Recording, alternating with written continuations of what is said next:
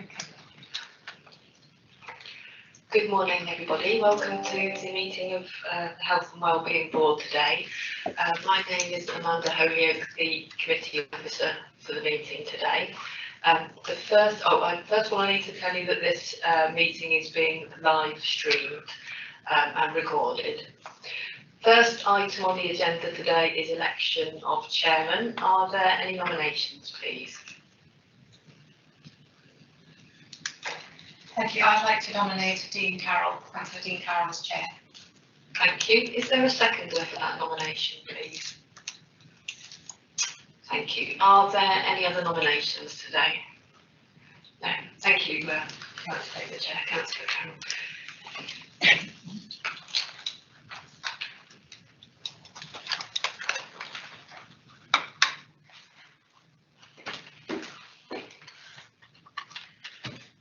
Okay, thank you, Amanda, for kicking us off. Okay, so apologies for absence. I've got apologies from Denise Porter, Karen Bradshaw, Mark Brandreth, although I believe Mark is joining us imminently, Julie Davis, Cecilia Motley, Chris Preston, and Megan Nurse. In terms of substitutes for Megan Nurse, I have Zafar Iqbal and Ben Holland, who will be splitting their time in the meeting. Do we have any other apologies or substitutions? No. Oh, No, we don't. oh, sorry. I'm substituting Jackie Jeffrey. I am from the Voluntary Community Sector Assembly. Would you like to introduce yourself? Sorry, yes. Apologies. Hello, I'm Nicola Daniels. I'm on the Voluntary Community Sector Assembly Board, and I'm substituting Jackie Jeffrey, our usual representative. That's brilliant. Thank you very much, Nicola. Okay, so move on to disclosable pecuniary interests. Does anybody have any disclosable interests on any items on the agenda? Looking around the room, I can't see anything. I can't see anything indicated in the chat. I should just say before we move on, if you are contributing online and would like to say something, please post a comment in the chat. I will be monitoring the chat, and then I'll bring you in your turn. Okay, thank you. So, if we move on to the minutes of the last meeting, this all went out last week. In terms of accuracy, is everybody content with the accuracy of them? Would somebody like to move them? Thank you, Tony. Seconded? Thank you, Rachel. All those in favour? Thank you very much. Okay, that deals with the minutes. We'll move on to the public question time. So I'm going to read out the question and then I'll read out the response. The question's been received from Sue Gerard, Sue Stewart and Marilyn Jones. They aren't attending in person, but they will be listening into the live stream.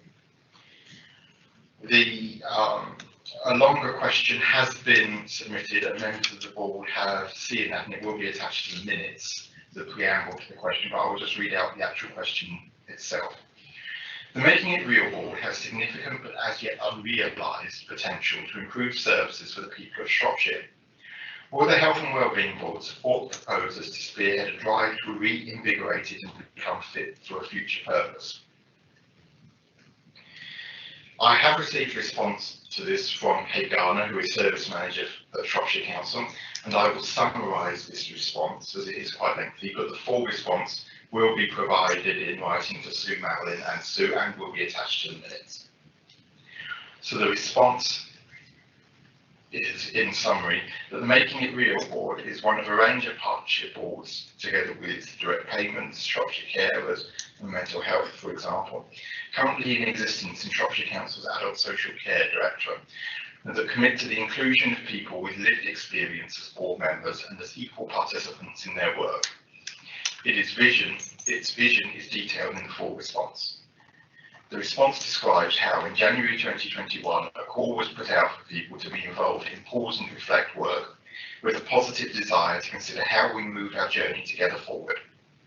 The report, Making It Real, Our Journey Together, was distributed, and support from Think Local Act Personal, which has wide experience of co-produced work, was provided to help shape sessions. Discussions have been running for a number of months and were initially guided by the following words in that Our Journey Together report.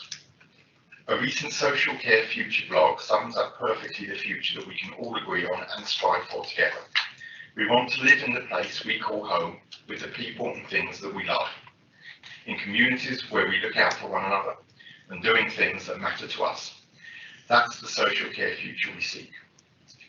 How the board creates the right conditions, environment and opportunities to discuss getting that outcome is what is needed to be sorted in the coming months. The response recognises that meetings have been committed but not always easy, and the discussions have been lively, but they have also been testing for those involved. The next steps as Making It Real moves out of the pause and reflect phase into action is developing the process to bring 6 experts by experience onto the Making It Real board. The response describes the experience, values and skills that will be needed to be a member of the board. We will work with the current Making It Real board to assess applications against degree criteria and to agree the final makeup of the board membership. That, in summary, is the response. And as I say, the full response will be attached to the minutes as well as sent to the questioners. Okay, so if we move on to the system update, first on the list we have the Shropshire Integrated Place Partnership, SHIP, and I will hand over to Tanya to introduce this update.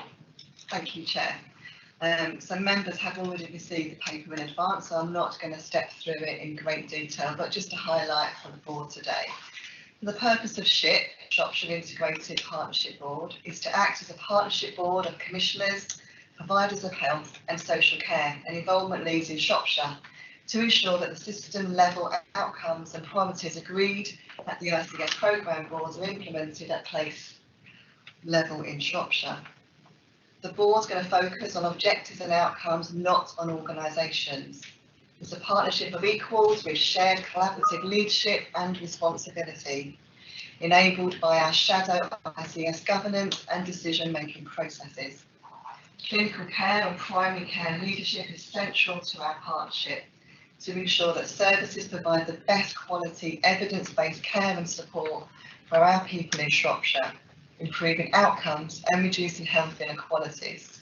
In the paper, we set out our draft priorities and for the board to have already seen. In terms of our key areas of delivering will include children and young people, case management, rapid response and hospital at home, end of life, personalisation, which will include prevention and social prescribing, community services review, supporting our primary care, and our joint strategic needs assessment. We've got a paper on today's board.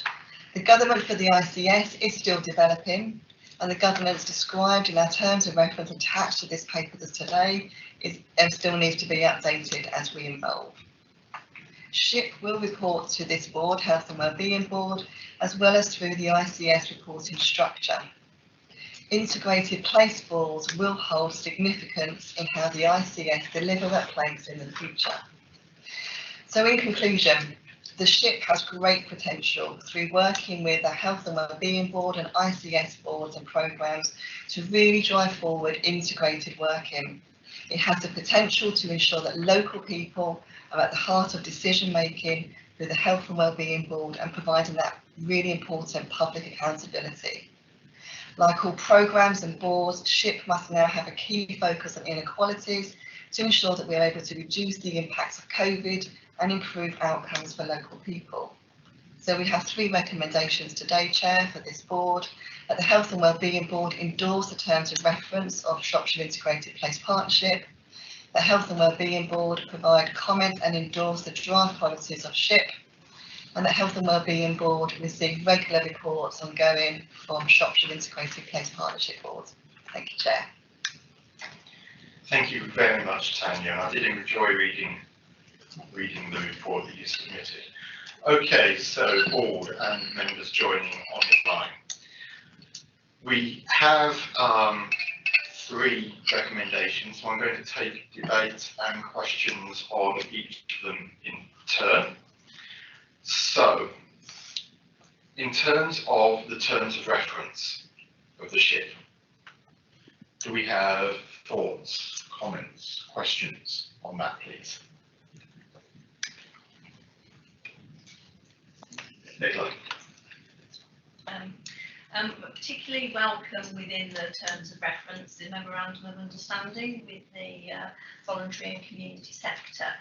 And we're very keen to be real partners in this process. Part of the memorandum does talk about the need for some sort of resources for us to properly participate in the development of the ICS, and just to really emphasise how important that is for us at the moment. We, like everybody else, has been through the mill over the last year and a half. We've done what I call the handbrake turn of delivering all our services to respond to community needs. We've lost income from fundraising and also from earned income that we make. So we are now obviously trying to get back on our feet and meet the new community needs. So as a sector, we are like everybody else, really under the hammer, and hence we need to ask for resources to enable us to really contribute properly through this process. Thank you, Nicola. Tanya, did you want to respond to that?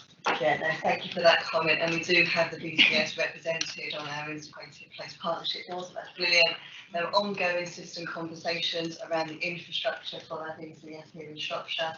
A paper has already been received at board, and there are ongoing conversations. But you're absolutely right, as a system, we can't just expect our VCS just to rock up and turn up for free at boards, but also it's more than just attending the boards. It's around having that real kind of strong partnership. And I'm really committed as joint chair of SHIP that you're not just a guest at the table, you are a valued partner at the table, and hopefully you've seen that through the terms of reference. Is that okay, Nicola? Yeah, that's great, thank you. Okay. John. Thanks very much, Tanya. And thanks for the paper. A couple of questions arising. Firstly, within the governance structure and the diagrams that you've provided in here, quite rightly strong links to the ICS. I was just wondering about the links directly to the CCG over the next 9 months or so, as prior to ICS legislation pending. So that was the first part, really, where that link exists, because I presume that some of the outcomes of SHIP will probably need to be referenced through the CCG over the next 9 months. And then the second part was really just a question about the membership. I note that there were 3 executive directors listed together within the CCG and ICS. I'm just wondering whether it's one of those 3 that would represent all 3. Thanks, Tanya. Thank you, John. So in terms of both questions, we have our head of service for partnership, Penny Bason, who, as you know, is a joint integrated post between the Shropshire Council and the CCG. So Penny is leading this forward on behalf of the system. So she will be attending on a regular basis in terms of any kind of CCG governance meetings.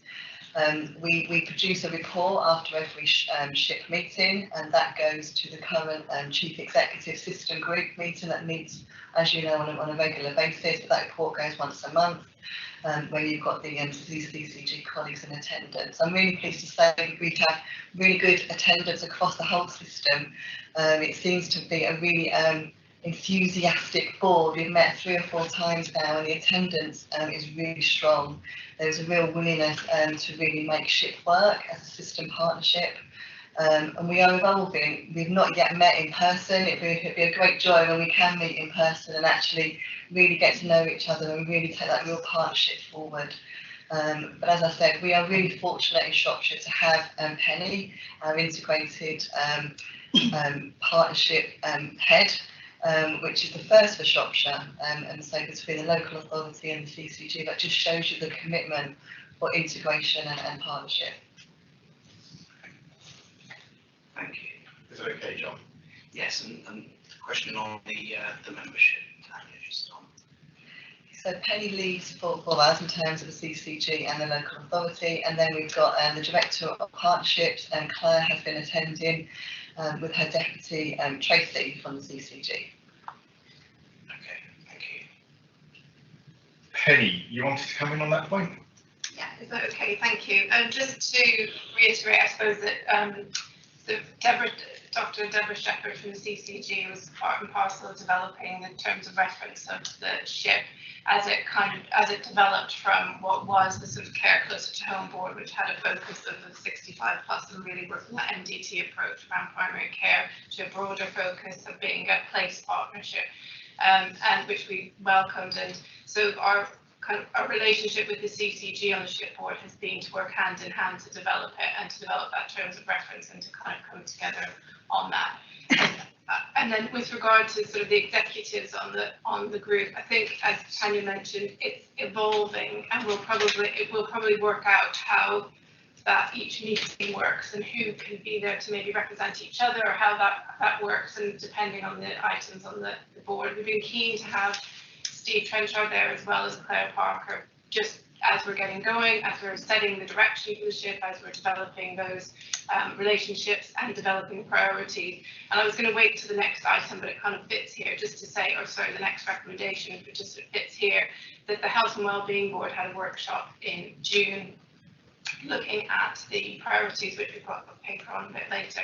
But the output of that workshop and health and wellbeing priorities, alongside the ICS priorities, in particular the 6 big ticket items of the ICS, kind of come together at the SHIP, and the SHIP looks at that. So the SHIP has, is committed to taking the health and wellbeing priorities and then the ICS priorities that fit together, and being that kind of driver for delivery at that level. So as it develops, I think we kind of need those executives right now, and then as we kind of get into our stride, it might be that one can represent another when we're at the meetings, if that makes sense. It does, thanks, Penny. Okay, just before I bring you in, Rachel, I've got Patricia Davis on the line. Patricia.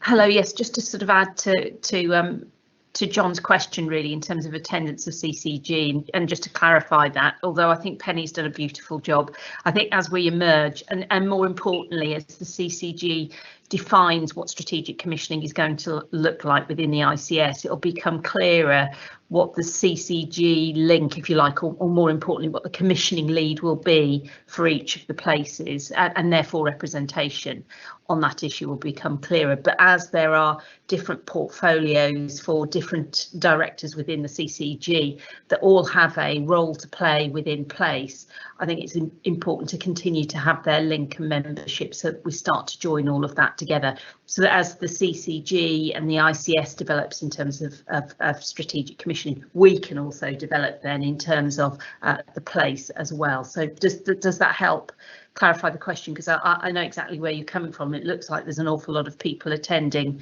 from a CCG perspective, but I think there is a point to that at this particular point in time, but it will, as Penny suggests, evolve over the next few months, I think. That's really helpful, thanks, Patricia, because the purpose very much describes a partnership board, including commissioners. So I was really just checking for that for the next 9 months that's clear. So that's very helpful. Thank you. Okay, thank you both. I'll turn to Rachel next. Thank you, Chair. Many of the points I was going to make have already been covered, but I think for me, what is really pleasing to see and in support of the terms of reference really is that strong equal playing field, and the fact that we've got people, the partners on there are equals, and we need to, that's what we need to see running through everything that we do. I think Nick made that point earlier, but I think that's really pleasing to see, and I really support terms of reference for that reason. And also the importance of trying to look at that wider population health view, not just focusing on NHS authority or one area. It's actually about taking a step back, looking at that wider view, and really having that wider population about what's really going to make a difference to achieving those outcomes that we want. And this board is, as we've said, the delivery of the direction that we're setting within the Health and Wellbeing Board, and also the ICS. It really delivers that for Shropshire. So from that point of view, notwithstanding some of the kind of technical bits, I think I really support that. It's moving forward. Thank you. Thank you, Rachel. Lynn, did I see your hand go up? You did, thanks. Thanks, Steve. I just wanted to make a few observations really as I was listening to people talking. I think there's work to be done across the system around language that we're using when we talk about the integrated system, because I think a large part of our population don't understand what we talk about when we're talking about ICSs, but also what place is. So I just wanted to raise that and ask that question about place, but also ask what the relationship is with the Telford and Wrekin Integrated Place Partnership. And also I was just wanting to say that it's really good to see the involvement of the VCS, not just in SHIP, but also with the ICS board. I think it's really important that those organisations who work so closely with the population are included. Thanks. Thanks, Lynn. Tanya, is there anything you want to come back on? I was going to ask Penny to summarise in terms of what we're going to be doing in terms of engagement with their population. I think it would be helpful to kind of set that out for the agenda for the meeting. Thank you. Yeah, thanks. And so I think this will answer, I think, your question about how we work across with Telford Integrated Place Partnership as well.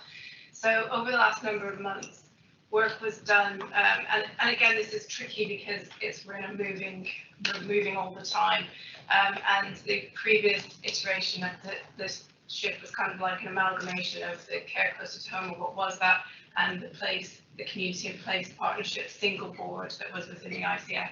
That board produced a report about place-based working, which is about what we do at a system level, and set out principles of working around that system level, which I think are really important for the SHIP and the TRIP. And we were in a meeting yesterday with the clinical leads that Jane Covey was running, and those principles were really reiterated and there along, across the whole system, including Telford. So I think from that kind of ICS level, those principles of working with our communities are really strong, and there's real agreement across that. So where we can work collectively across the whole system, then we will. And where we deliver within our place, whether that be Telford or Shropshire, then we deliver at place. And create, because there are nuances and our populations are different, and we need to, and on that note, in Shropshire, we really need to understand our communities. We need to really invest now, and as we've seen with COVID, our communities were the bedrock of our response to COVID. Without our communities, we couldn't, public services would have fallen over 10 times over. So the legacy of that, and coming together with the advent of the ICS and the SHIP and the integrated working, is that we can sort of move forward now with understanding better who our population are, creating a regular dialogue with our population and kind of a two-way feedback mechanism through SHIP and through the TRIP. So it's a collective system piece of work. With Steve Trenchard and Meredith Vivian from the CCG are really leading how we do that involvement, co-production, involvement. How do we really make sure that people are part and parcel, regular people are part and parcel of understanding our health and care system and how they can help shape services, and beyond that, just how we know our population. What is our population of Ulster Street? Who's made up? Who's there? What are their wants and needs, and who's in Ludlow, and what are their wants and needs, and health, beyond that kind of wider determinant. So all really important bits, and that is currently underway. So there's going to be have been some workshops with the voluntary sector on working more collaboratively, that Edna Blom-Pong from the ICS has led. We're sort of building on that and doing something with kind of the voluntary sector, but also communities and people. So how do we involve communities and people in a way that is consistent? So it's because we've got great pockets of good practice about involving our people, the maternity voices, the SEND. We've done some great work around direct payments, but actually as a whole system, that real understanding and involvement. So that work is underway, and some workshops will be forthcoming, which you'll be invited, which everyone will be invited to. Okay, does that answer what you were looking for? Yes. You happy with that, Lynn? Yes, thank you. And of course, as Health Watch, we're keen to be involved in all of that work. Thank you. Thank you. And thank you for that, Penny. That contribution rather nicely moves us on to the second recommendation, I think, which is to provide comment and endorse the draft priorities of the SHIP. So I'm now looking for comments, questions, discussion on the draft priorities of the SHIP, please. Claire? Thank you. Really, it's just to speak in support of the priorities that are listed. These very much resonate with the areas of focus that we recognise from our work programme as a CCG, and looking out across the wider system and through health and care needs. There's certainly the areas of priority that I would support. I think for me, and I suppose just linking a little bit to the conversation we've just had, that there's recognition here that we've got a lumpy time in terms of governance and transition and trying to get our heads around all of these things for structure and organisations and everything else. But the core needs of our population are still there and don't change, and I think this is what we can anchor to for a time.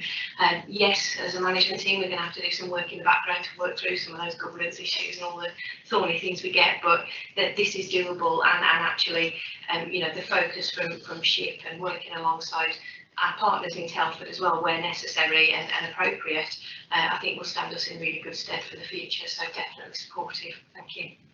Thank you very much, Claire.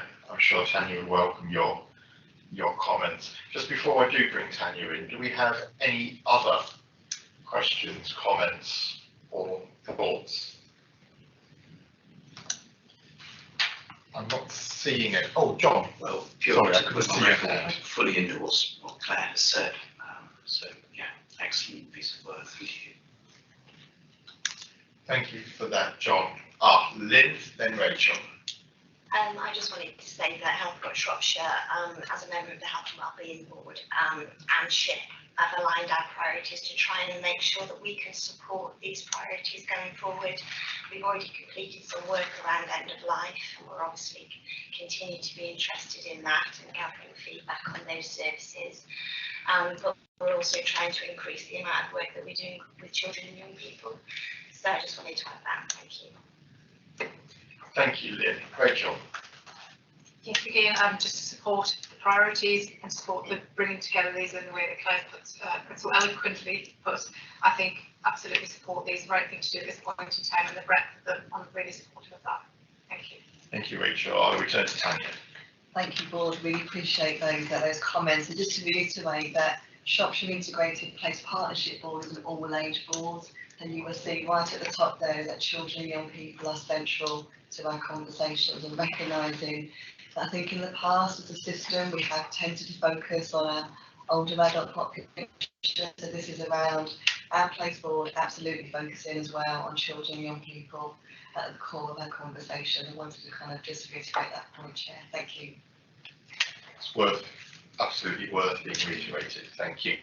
So that will move us on to the third recommendation, which is that the Health and Wellbeing Board receive regular reports from the SHIP. Now, I'm proposing a very slight amendment to that the Health and Wellbeing Board receive regular written reports from the SHIP, because as I have said previously in a workshop, as will be discussed later, I'm very keen to move us in the direction of written updates and written reports being submitted in advance of taking as read at meetings to allow more time for the detailed debate, discussion and questioning, as hopefully we're doing this morning. So I don't know whether there's anybody who wants to comment on that.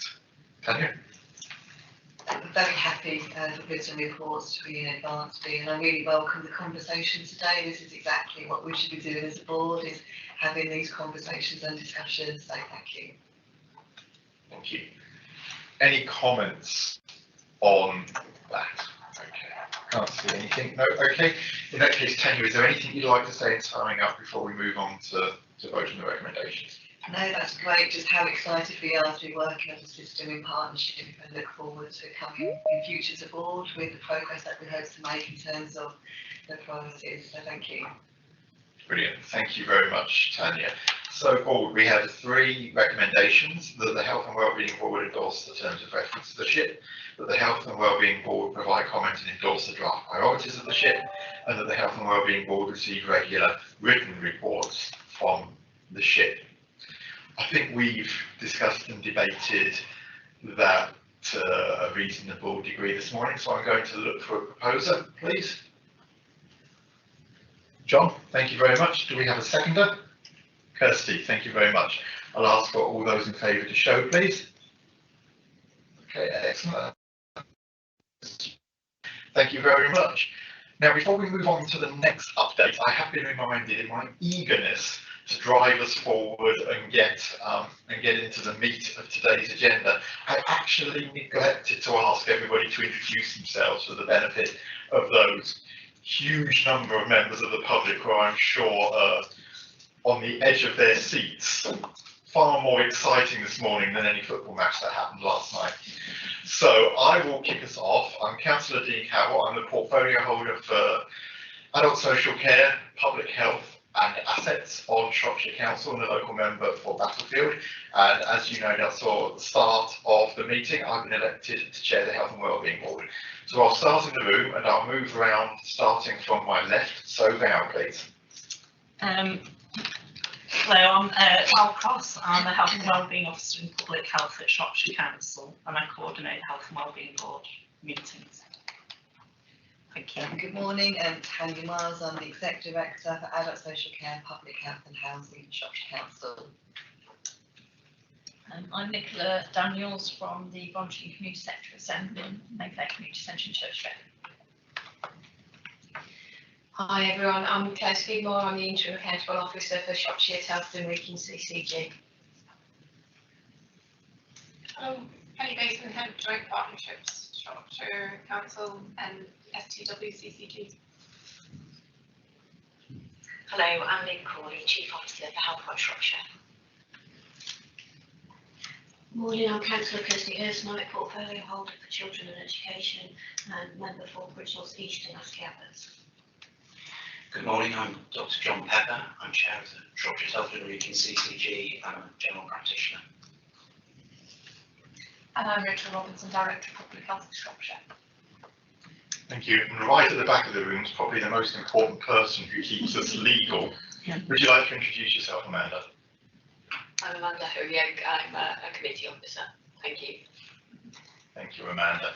I'll move on to those who are joining virtually. So on my screen, we've got Gerald Dakin, Councillor Gerald Dakin. Would you like to introduce yourself?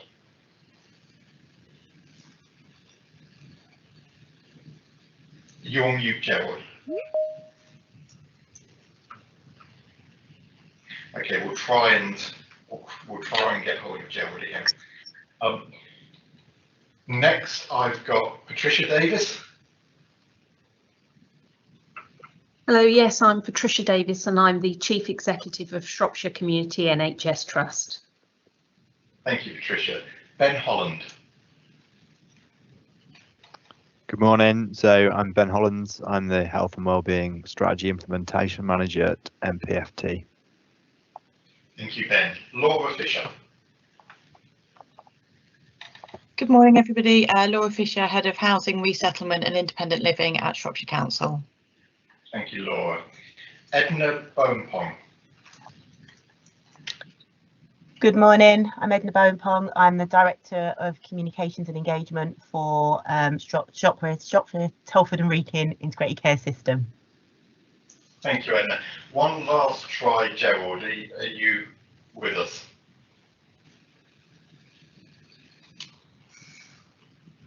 Okay. Well, Gerald is is councillor member for Whitchurch South, I think it is, and a former long-time chair of the Health and Adult Social Care Scrutiny Committee, and he has a wealth of knowledge, experience and interest in the field, so he's always a valued participant. Okay, so now we've done that, which was entirely my fault for overlooking in the first case, we'll move on to an update from the Better Care Fund. I've got here Tanya and Penny, so who's introducing this? Penny, go ahead. Thank you, Chair. So as usual, we have a joint commissioning board paper to the Health and Wellbeing Board, which focuses on the Better Care Fund, but also the discussion points at the joint commissioning group. So today there's three elements that we'd like to draw the attention to. The first first one is a really important element of our system, and Tanya's already talked about the focus of that for SHIP, and that's children and young people in our system. In particular, real concerns around mental health and wellbeing. So we've seen a sharp rise in referrals for mental health and wellbeing, referrals for children and young people in the system. I think this is replicated other places as well, but that's had a knock-on effect to the fact that we haven't got appropriate places for, in particular, tier 4 beds for our children and young people. There's also just a sharp rise in all referrals, and in particular on eating disorders. So we wanted to make sure that the board had that sight of that from a joint commissioning board perspective, but also to let you know that they are working on that. There are things going on in the background to support that. So increase in funding into access, into eating disorder practice. Also, we are looking at different ways of a review of mental health services, and we're looking at different options from a preventative point of view. So it's really raising the profile of that around the system. Shropshire Council has recently invested again in children and young people services, and it's just, I think we need to work collectively. It's raising that issue here that we need to work collectively as a system on how we address this particular issue, as it's going to have really long-term effects if we don't get to grips with it. So that's the key discussion point really at the last joint commissioning group. The other points of the paper are to highlight that there's additional funding, so we didn't know that necessarily this was going to happen. So additional funding has been pledged from NHSEI to support discharge, in particular where we need to discharge people who have COVID on discharge, but also to support that discharge pathway until September. We need to do, we're highlighting that to the board. Right now, we just need to do a bit more work to understand if we need to update our Section 75 partnership agreement again to include that funding. And then the final point was, as we've sort of haven't had a board since March, there was in between time we were required by NHS England to input our end of year report for the Better Care Fund year-end template, which highlights all the finances which you've had, and also our kind of thoughts on the year, which obviously were a little bit different, I suppose, than other years, and but successes and challenges within the system are noted in the report. But it was from a Better Care Fund reporting point of view, we had very little reporting all year, obviously because of COVID, and the year-end report was a very light touch as well. It was really just a kind of assurance that the finances were in order, and then comment on the successes and challenges. So thank you. Thank you, Penny. Before I open it up to the rest of the board, I'll bring in Tanya.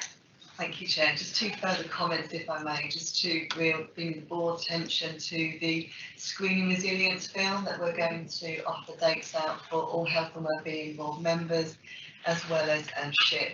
And please ask you when that does come round to prioritise a really important film. This is around us understanding the relationship between adverse childhood experiences and the impact on our young people in terms of those outcomes, and then into adulthood. So please look out for those really important dates. And then secondly, in September, I'm really pleased to announce that we've got Laura Tyler joining the system, who is going to be our AD for joint commissioning. Again, it's another joint post between Shropshire Council and the CCG. So another great opportunity for the Shropshire system in really driving forward that joint commissioning work. Chair. Thank you, Tanya. Having sat on the interview panels, I am as excited as you are about Laura joining us. Okay, so I will open this up to debate now. We've got 3 recommendations, so if we once again take them in turn. Comment, discussion and questions on the end of year report first, please. I'm not seeing anything. I think, as Penny explained, by necessity of COVID, it was quite a light touch report, so hopefully it was fairly self-explanatory. If we move on to the next recommendation then, and that is that the Health and Wellbeing Board note the continued funding for hospital discharge. Now that's something I know that you've highlighted, Penny, that you would like us to give some consideration and thought to. So is there anything that you want to say specifically on that before I open it up to the board? No, thank you, Chair. It was just to highlight that there was a continuation of funding, which is welcome for the system. We don't know what will happen after September, but there may just be then a follow-on report to this around the Section 75 partnership agreement for endorsement by the board in the future. Okay, thank you, Penny. So Claire, can I bring you in next? Thank you. Just to help with some clarification around that one. So this is non-recurring funding that's been supplied through the NHS funding settlement. We haven't had our second half of the year budgets announced or released yet, which is why we have uncertainty about that post-September position. So we're working very closely, CCG and local authority colleagues, to make sure we maximise the opportunities to draw down on that funding. But obviously we wait with bated breath for the settlement for the rest of the year to see what comes next. Thank you, Claire. Penny, you wanted to come back on that? Only just to reiterate that I think we always work really collaboratively, really well with the CCG and have done throughout COVID, but obviously before that as well on the Section 75 partnership agreement. So it's always a very consensual and collaborative relationship on that, which is great. Thanks, Penny. Nicola. I just wanted to comment around the whole hospital discharge issue and how we've got a real issue around capacity in the care, voluntary care sector at the moment. Certainly in the area that we work in, you just cannot get care because the agencies are all working at capacity, and whether there's some way within this Better Care Fund of helping to support that. Assisting discharge. Tanya, did you want to comment on that point? Yeah, so thank you, Jackie, for raising that. And it's around recruitment and retention, as we all know, within the domiciliary care market as a system. We are working really hard with our providers and with the job centre and with our media colleagues in terms of really promoting what a fabulous career it is to work in social care and to change that narrative. So we've been meeting with the local colleges, for example, and trying to talk to our young people around a career in kind of social care. But it is an absolute challenge, and I think it will be helpful for this board to receive a paper from our commissioning teams in terms of the variety of things that we are doing to try and support the market.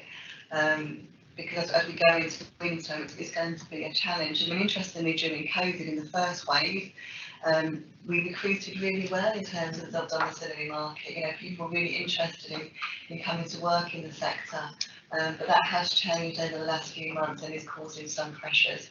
But just to reassure the public, we are absolutely working really hard with the sector and with all businesses in terms of how we can promote the career in social care to support individuals to remain independently and to remain in their local area. Thank you for raising that, Jackie.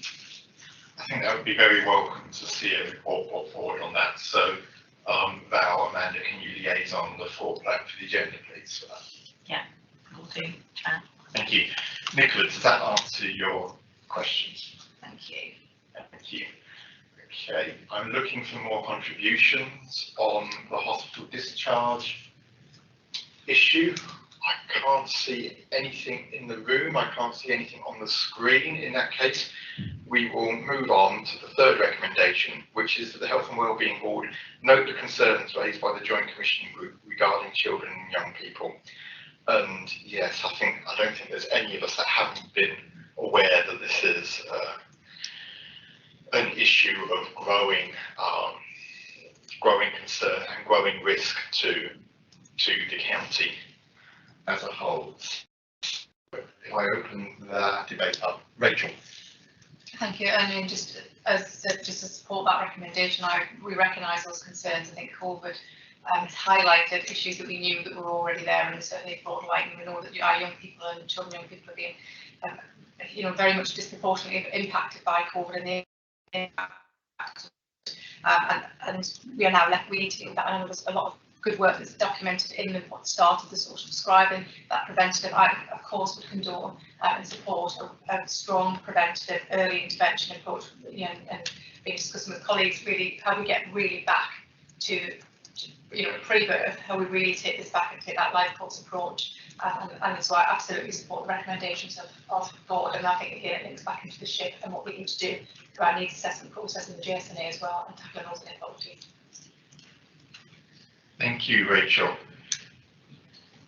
Does anybody else want to come in on this point? John, go ahead. I mean, again, I think it highlights the importance of joint working and the huge importance of children and young people in our counties. So yeah, I'm fully endorse the comments made already. It's of vital importance. Thank you, John. Okay, my chat connection dropped out for a second, but I don't think there's anybody else that's posted anything in the chat. No. Okay, so we have 3 recommendations that the Health and Wellbeing Board endorse and note the BCF year-end report for 2020-21. The Health and Wellbeing Board note the continued funding for hospital discharge, and the Health and Wellbeing Board note the concerns raised by the Joint Commissioning Group regarding children and young people. I think we have probably a fairly unanimous opinion on that. So can I ask for a proposer, please? Rachel, thank you. And a seconder, please? Kirsty, thank you very much. And can I ask for a show of hands, all those in favour? Thank you. I think that's carried. Okay, we will move on to the next update, which is the Integrated Care System, the ICS update. Welcome, Edna Bohnhong. I believe, I'm not sure, but I think this may be your first Health and Wellbeing Board that you joined. So welcome. Hello, thank you very much. I'm delighted to be here. Let me just, I can't share my screen. Can someone make it possible for me to share my screen, please? Can somebody arrange that, please? Yes, I'll try that now, but if that doesn't work, I have got your presentation and I will show it for you, but I'll see if I can.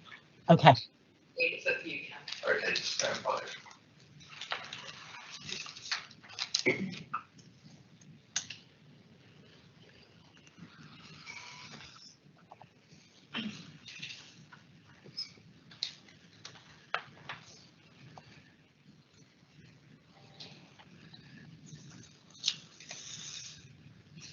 Yeah, I think that should be okay now.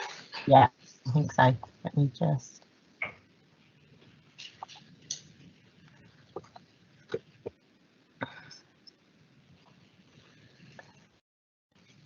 Can I check? You can see that? Can you see some slides? One of the screens is slower than the others, but it's definitely sharing. Okay, great. Well, hopefully you can see that. I know I've only got a short period of time, so I'm going to just try and move swiftly through a few slides. And essentially, what I'm here today is just to give you a bit of an update on some of the key programmes that are being delivered by the integrated care system, and also a bit of an update on where we are in terms of the integrated care system and the development of the integrated care system. So for those of you that are may not know, we formally were, I would say, anointed as an integrated care system on the 1st of April, and as were an additional, I think in total there's 44 integrated care systems now across the whole of the country.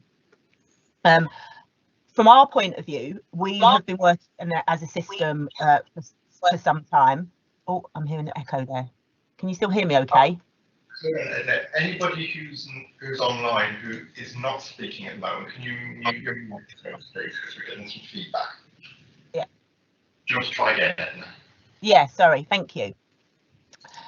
So our system, we have we've done a lot of engagement over the last few years, and we have committed to 10 pledges that are based on what we feel that we've heard from our constituents, from the people that live and work in the county, but also from our partners. And I won't read you out the 10 pledges, but on the screen you'll see what are the 10 pledges, and you will probably recognise that some of those pledges also talk to some of the priorities for the council. In terms of where we are in terms of developing the integrated care system, you may be aware that all across the whole of the country, all CCGs as of April 2022 will be abolished and will be replaced with ICSs, integrated care systems. The bill related to the establishment of ICSs has been laid before Parliament for its first reading this week. This was on Tuesday. Now, the appointment of the new Secretary of State did cause some delay, and there was some concerns that the bill may not be read because there was some the new Secretary of State wanted to make some amendments, but it has gone through. And we are told that the first and the second reading of the bills are the second reading is intended to take place before parliamentary summer recess occurs. So as long as this happens, we are going to be moving full steam ahead with establishing the integrated care system as a statutory organisation from the 1st of April next year. You will probably be aware that we have lots of challenges within our system, and with our system is in special measures, as we say. We're on the naughty step where NHS EI in particular are concerned. So this means that we have to have regular catch-ups with the national and regional team. Now, we had a national board to system review meeting in last month, and we were told we got some really positive news that we had made some great strides and the system was actually doing well. There's a strong sense of encouragement from the national board and from the region about the progress that we are making, although we recognise we are still facing a number of challenges, but there is some great confidence in from the regulators that we are moving in the right direction, so that's very positive. One of the other positive programmes I'd like to talk to you about is our the COVID vaccination programme. So as of the 1st of July, we have delivered over 600,000 doses, and that includes some of our second doses.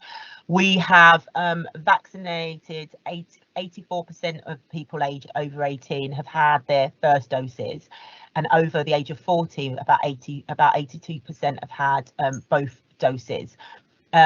And we are currently vaccinating and offering a vaccine to anyone over the age of 18, and we are promoting a number of walk-in clinics. Now, one of the things that I would just like to highlight about our vaccination programme, I think our vaccination programme has done fantastically well, and we are doing a lot better than others in the region in terms of the numbers we are vaccinating. However, we recognise that the shortfall, or the areas that we are possibly not doing as well in, is some of our harder to reach areas, I would call them, and some of our areas of deprivation, and some of the areas that have a high proportion of ethnic minorities who are more vaccine hesitant. Now, we are doing a huge amount of work to ensure that we don't leave anyone behind, as we would say, and we are in particular doing some targeted work to target those areas where vaccine uptake is lower. The other thing we recognise is that we know that the over 18s, our younger people, there is more hesitancy in that age, and there is a less willingness to take the vaccine, and we know this is an important group to engage with.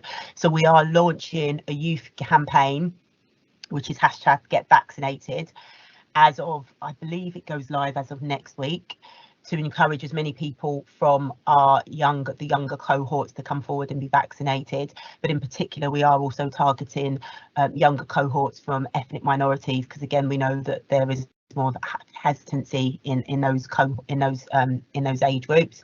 And we are doing a lot of work with communities and businesses in areas who employ people that we know are more hesitant, and we are using a mobile unit to go into some very targeted areas to increase uptake.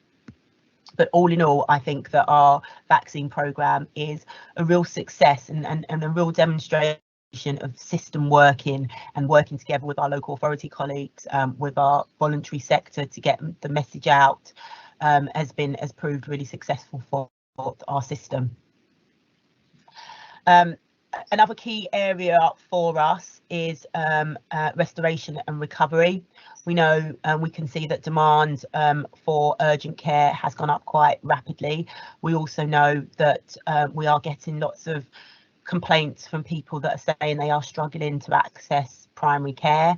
And one of the other concerns we have, again, is about that widening of inequality gap.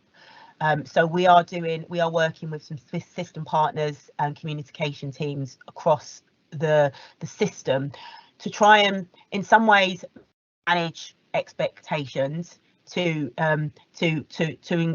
provide some encouragement about what we are doing to restore our services.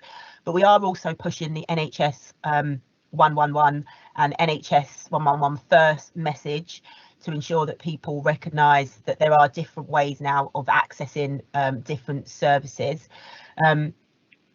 We are also emphasising the fact that primary care is open for business, because we believe there is a perception that primary care isn't open for business. But we are also working with primary care to understand where the concerns are or where the issues are within primary care to support them to help unblock some of those issues that they're having. We know the demand for primary care and our GP services is absolutely huge, and we also recognise that our GPs are under a huge amount of pressure. They're absolutely knackered from supporting with the vaccine rollout. So we also are looking at ways how we can support our GPs and our practices also. Our community diagnostics hubs is something that you might be aware of. We have been selected as one of the first places in the country to launch a community diagnostic hub. And these hubs will essentially offer diagnostic tests that are a way out of an acute setting in the community, closer to home. So, and essentially what we're hoping is that it will mean that it will increase access for people, enabling people to be able to get access to life-saving tests quicker, so we can pick up any issues sooner and actually start interventions and treatments sooner.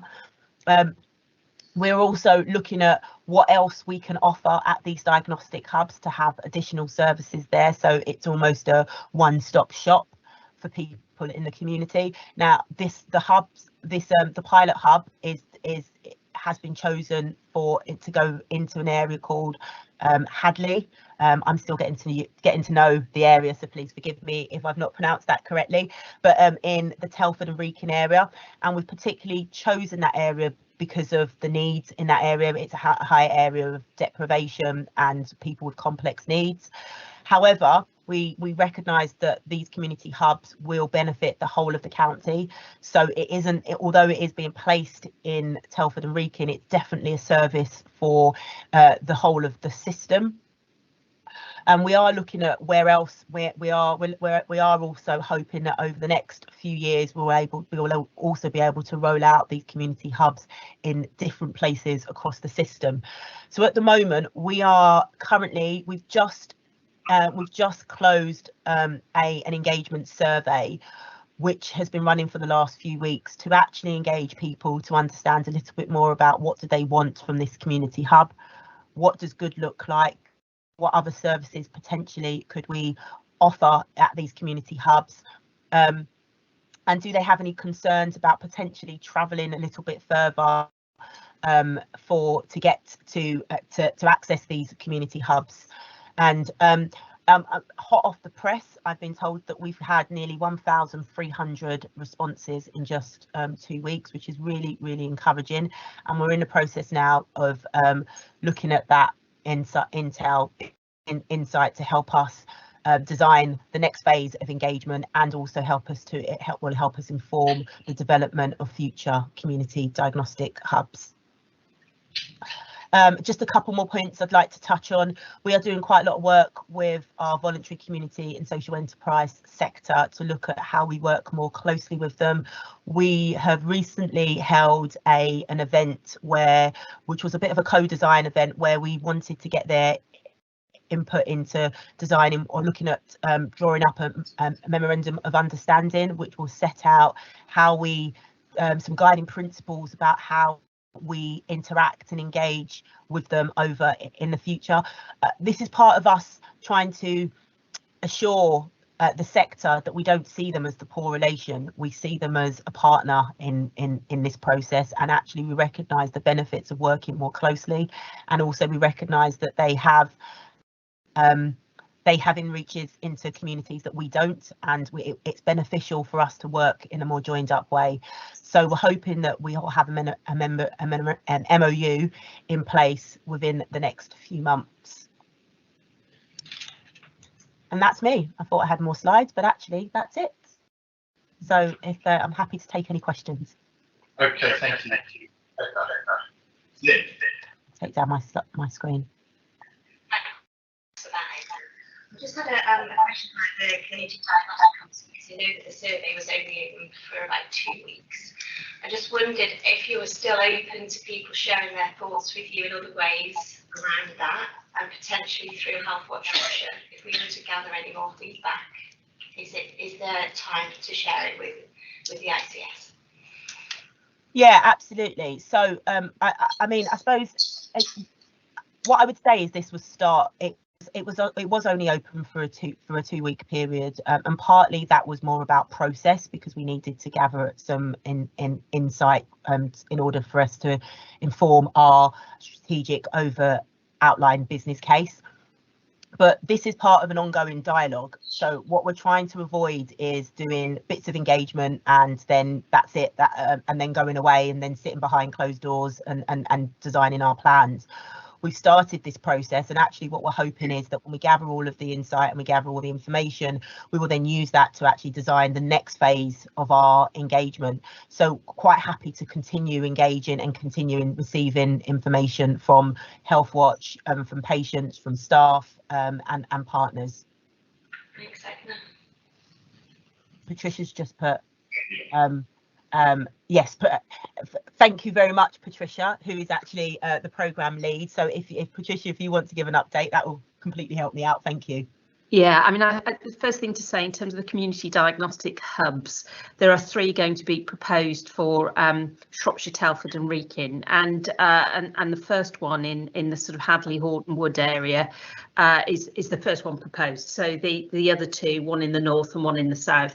This is additional capacity. So just in terms of any myth busting, this isn't about moving services from one part of the system to another. This is additional capacity, and the whole concept of community diagnostic hubs has come out of a paper written by Sir Mike Richardson, who is one of the cancer leads nationally, around the need for us to improve our diagnostic capacity across the country. And as people will be aware, diagnostics are a central plank to early diagnosis of a range of conditions, and is hugely important in saving lives and keeping people well.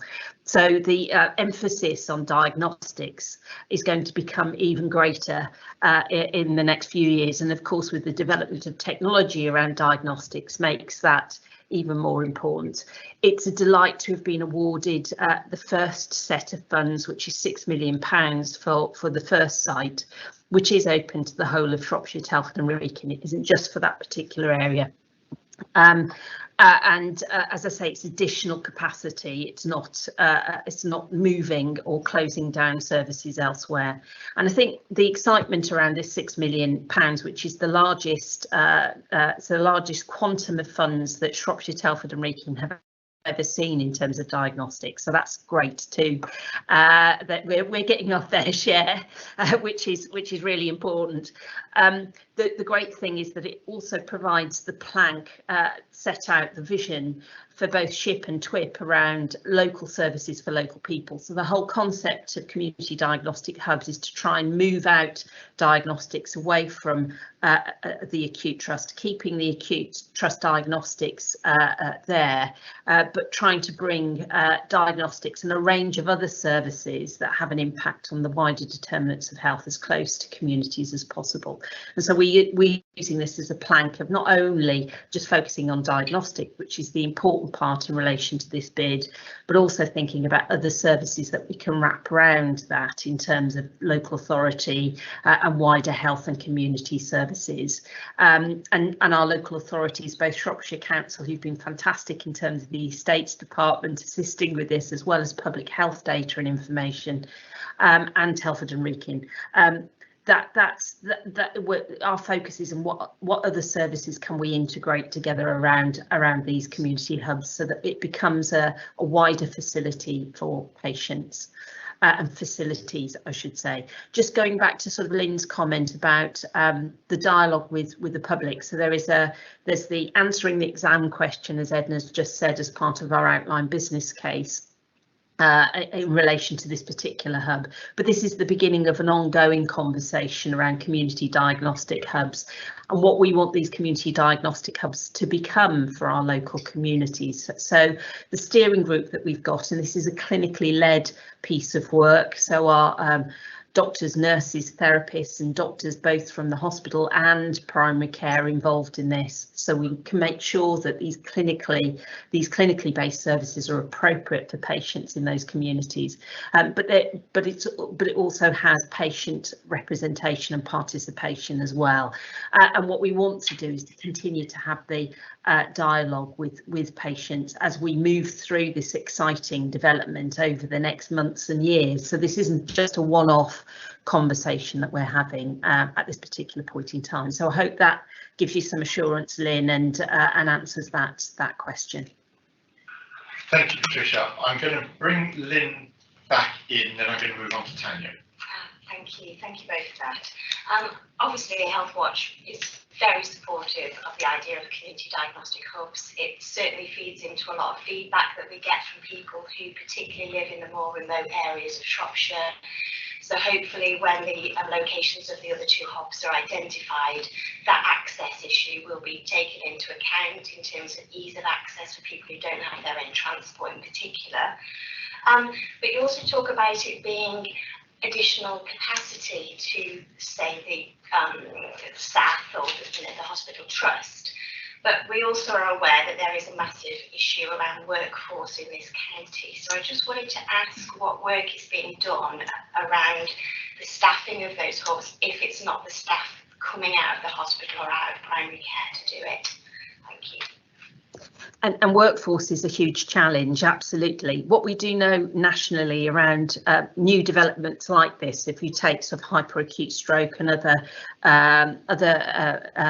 areas of focus and development in previous sort of health changes, that if you've got these are exciting developments, it allows staff to develop a wide range of skills in that area. And so in terms of recruitment, it helps to improve recruitment. We're bringing investment into the local health and social care economy, and that's attractive from a recruitment perspective.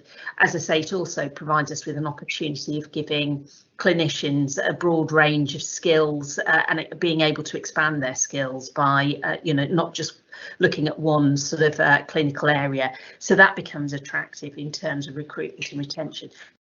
So working really closely with Keele University Medical School, Wolverhampton University, Shrewsbury University, who are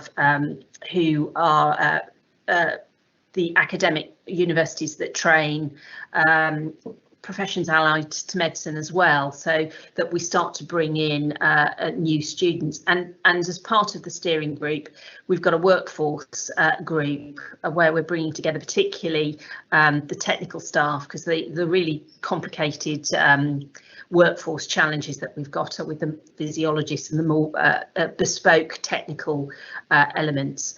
And again, use of technology is going to be quite important, so that you don't necessarily have to have all of those different type of skills on site in the diagnostic hub, because if you're using digital technology, that you could have somebody doing the reporting of a diagnostic, for example, if you're talking about an MRI scan sitting somewhere else rather than being on site, if you see what I mean. So we're looking at a number of different methods of both improving recruitment, because this is a really exciting opportunity, and because we're looking at the community diagnostic hub not just being about diagnostics but also a range of other services. It allows people to develop a breadth of skills around that.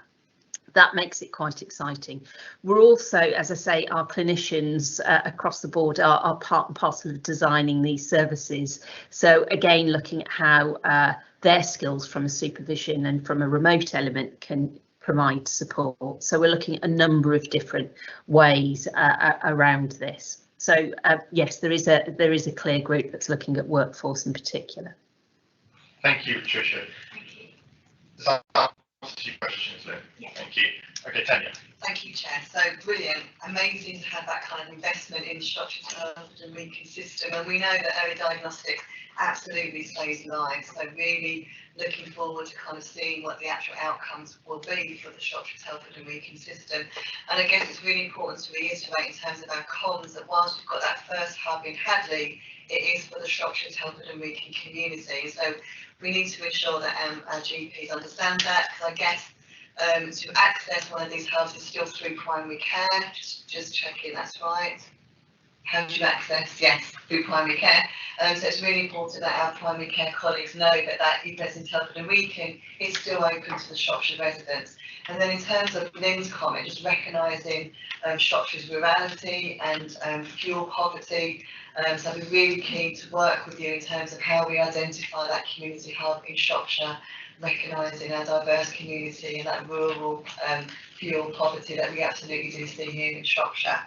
Then my second point is to put on record my absolute thanks to the whole health and social care system who have worked their socks off over the last 9 months in delivering what I have to say is an outstanding vaccination programme in protecting our population in Shropshire. You know, these staff have worked 7 days a week for months and months to ensure that this programme has been delivered. So I want to put on record my absolute thanks to every member of staff. And then a question, I guess, to Rachel, in terms of those harder to reach communities and what we are doing about that, because whilst we're celebrating that we've got 82% of our population protected, we know we've got some communities out there that are not protected, and I want to understand as a Health and Wellbeing Board member what we are doing here in Shropshire to reach out to those harder to reach communities. Thank you.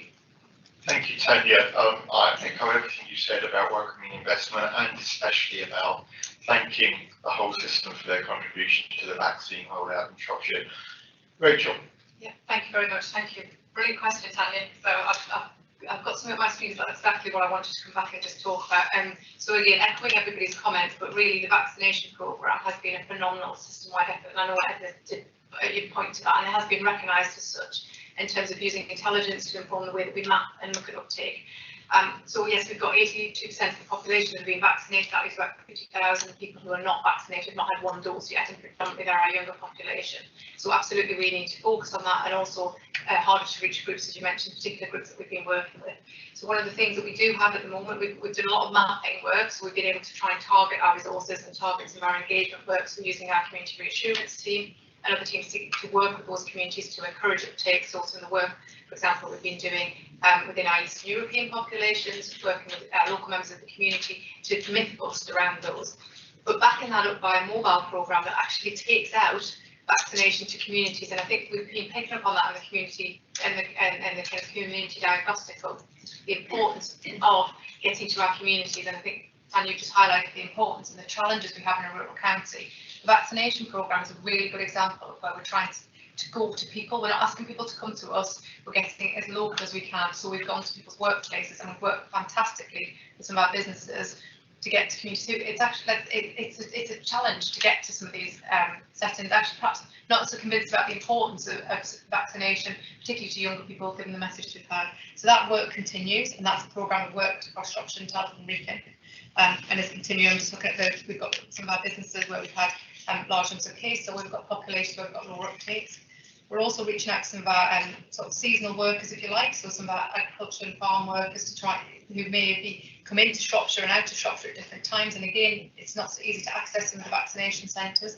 The hospitality sector, we've got some really vulnerable groups who have come into contact, and we saw early outbreaks in those stages, high rates of cases. So again, trying to get into those communities and using the wealth of people we've got on this board, I think, to reach out to those communities.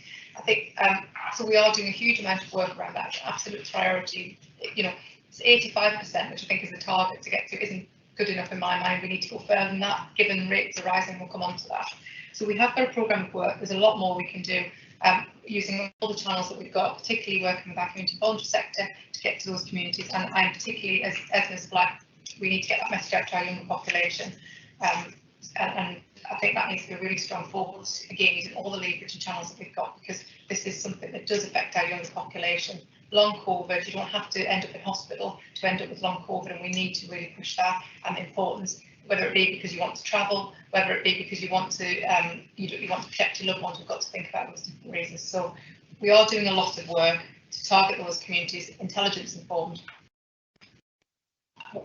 as across the system. All partners are really playing a part in this, but there's a lot more we can do, and any mechanisms that we can use through the wealth that we've got around this board, I would welcome. Thank you, Rachel. Okay, I can't see anybody else indicating that they want to contribute. Edna, is there anything briefly you'd like to say to sum up? No, just thank you very much for having me, and I would sort of echo what Tanya said about the vaccination programme as being a real example of success and the system working together. But I also totally agree there is more we can do to ensure that we are, as I say, that term, not leaving anyone behind, and that is a real area of focus for us, in particular with our younger population, as Rachel's also pointed out. Thank you, Edna. Okay, so coming to the agenda, we have a recommendation to receive the update. I've looked to my left now. Do we need to vote on that, or are we just receiving that as an update? I think we received the. Okay, so no vote needed. Right. Okay. Thank you very much, Edna and Patricia, as well, for your contribution around the community diagnostic hubs. We will move on to the Health and Wellbeing Board workshop report, and I'll hand over to Val. Thank you, Chair. Yeah, this is a report. Sorry, I'm just getting my screen.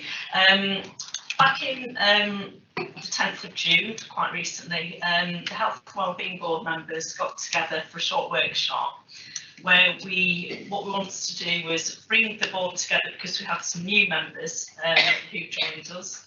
And we also wanted to look at the purpose, statutory duties and responsibilities of members, and also, crucially, to look at the current priorities. Now, we'd had a workshop back in December 2019, which was pre-COVID, where we had agreed the 3 priorities of adverse childhood experiences, healthy weight and physical activity, and workforce. But as we all know, COVID had a huge effect on everybody, and we realised we needed to rethink these priorities.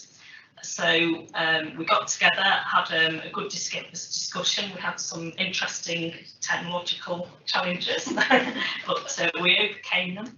And in summary, what we did was agree that the priorities should now look at could remain with workforce, weight and physical activity.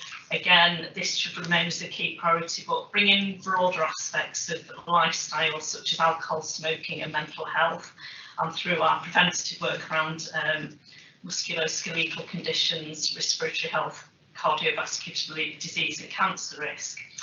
And where we'd had adverse childhood experiences and trauma as a separate priority, we've heard a lot today about how children and young people are a massive priority. Everybody's a priority, but we've seen the effect on children and young people with disrupted education, mental health, etc.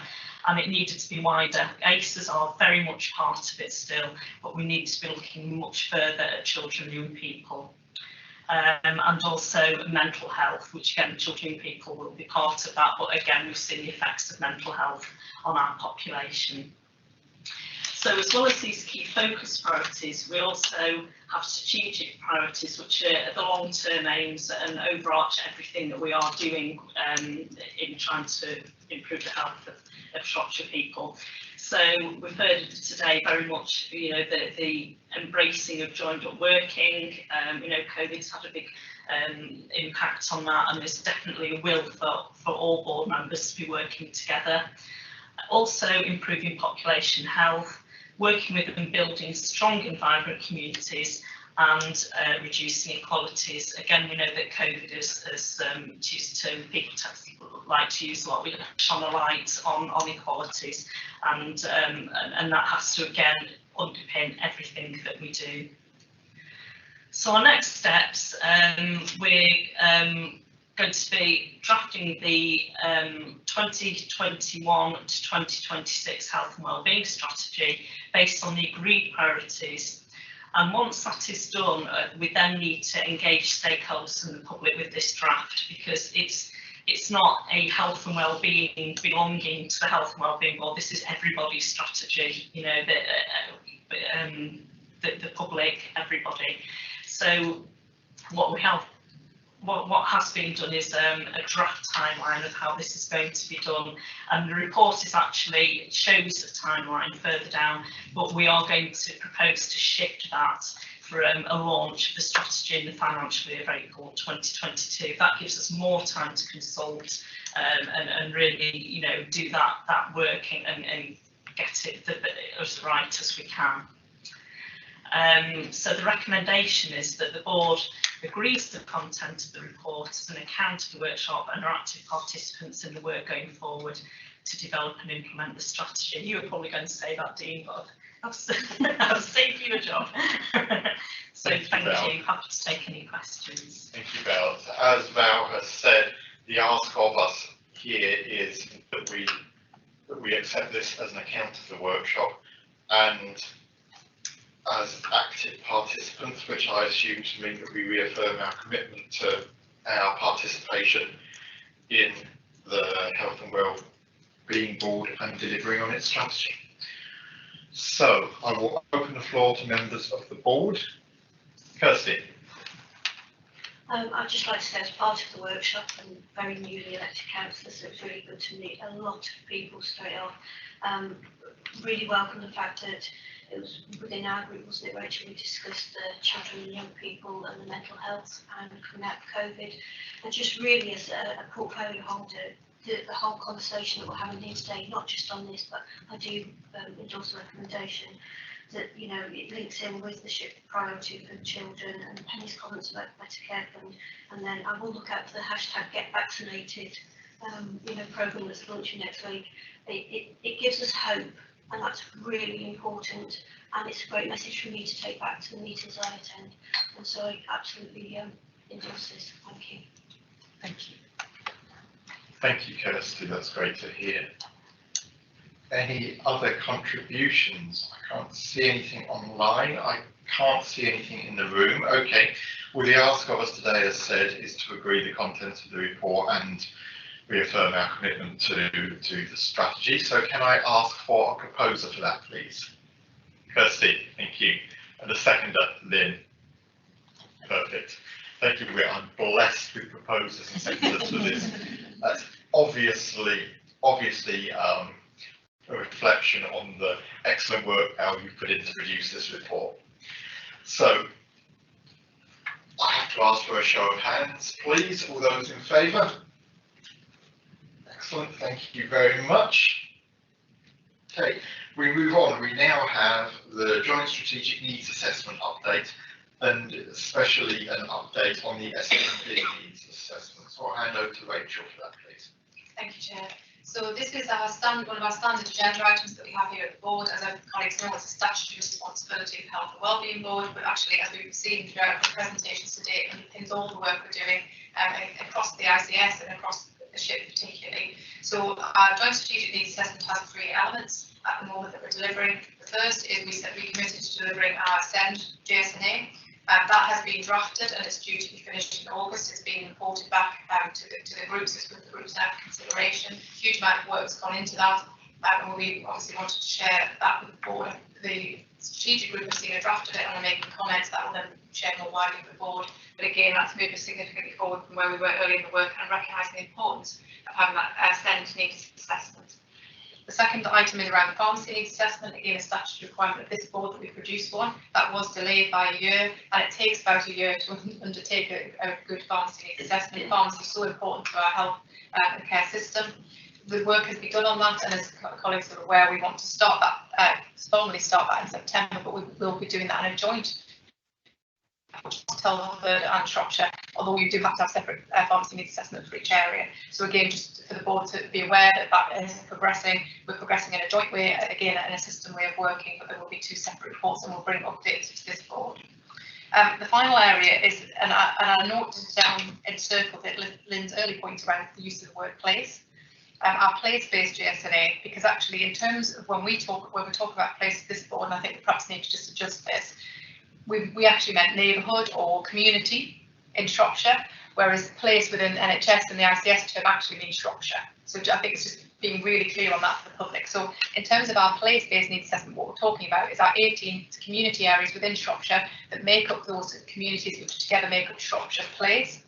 And we will be producing 18 needs assessments across the county, looking at the breadth of everything that makes up people's health and well-being, what keeps people healthy, what it means like to live in that place. And this will run through and underpin all of the work that we're doing across the system. So there's 2 elements to this that we've started to move forward. The first is to bring to the board's attention the web-based tool that we're trying to pull together some of those routine data sources and not so routine data sources as we move through phases into one place, so that it's open access for the public, for all of our partners to be able to look at and access. And you'll note within the report the proposals around that in a phased way to bring that in from September.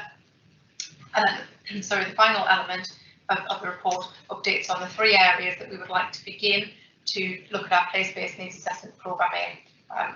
And we've brought 3 areas to the board's attention. We'd like to ask for the board's input. We've suggested Whitchurch, Highley and Oswestry, the 3 areas that we begin to look at our place-based needs assessments. We'll take that information, take the soft intelligence, work with our communities and stakeholders in those areas to jointly understand what are the health and well-being needs in a broader sense within those populations, and use that to inform our planning. Use that to understand the assets within the area, the wonderful things that are already happening, and what are the gaps that we need to fill, where do we need to work together to improve health and wellbeing outcomes in those areas. We proposed 3 areas, and the reasons are within the paper, although we obviously want to make sure that we've got enough resources to deliver those at pace, and so the board may want to consider if we want to do all 3 at once, whether we move forward in 2 of those areas. But I'll just pause there just to give a summary and obviously welcome the board's questions and comments. Thank you, Rachel. Okay, so we have, as Rachel's highlighted, 3 recommendations. So if we take each of them in turn, the first one is to review the preliminary data and information lists for the place-based JSNA and consider any additions, Appendix 1. And if you've seen Appendix 1, I'm sure that gives you some idea of the scope of the JSNA with the intelligence reports covering pretty much every sector of county life. So in terms of that, do we have any comments, questions, thoughts on Appendix 1, please? Can't see anything in the room, nothing online either. Okay, I think everybody's just slightly blown away by the scope, probably. Moving on to recommendation 2, which is to note the proposed work programme and resourcing. Do we have any comments? John?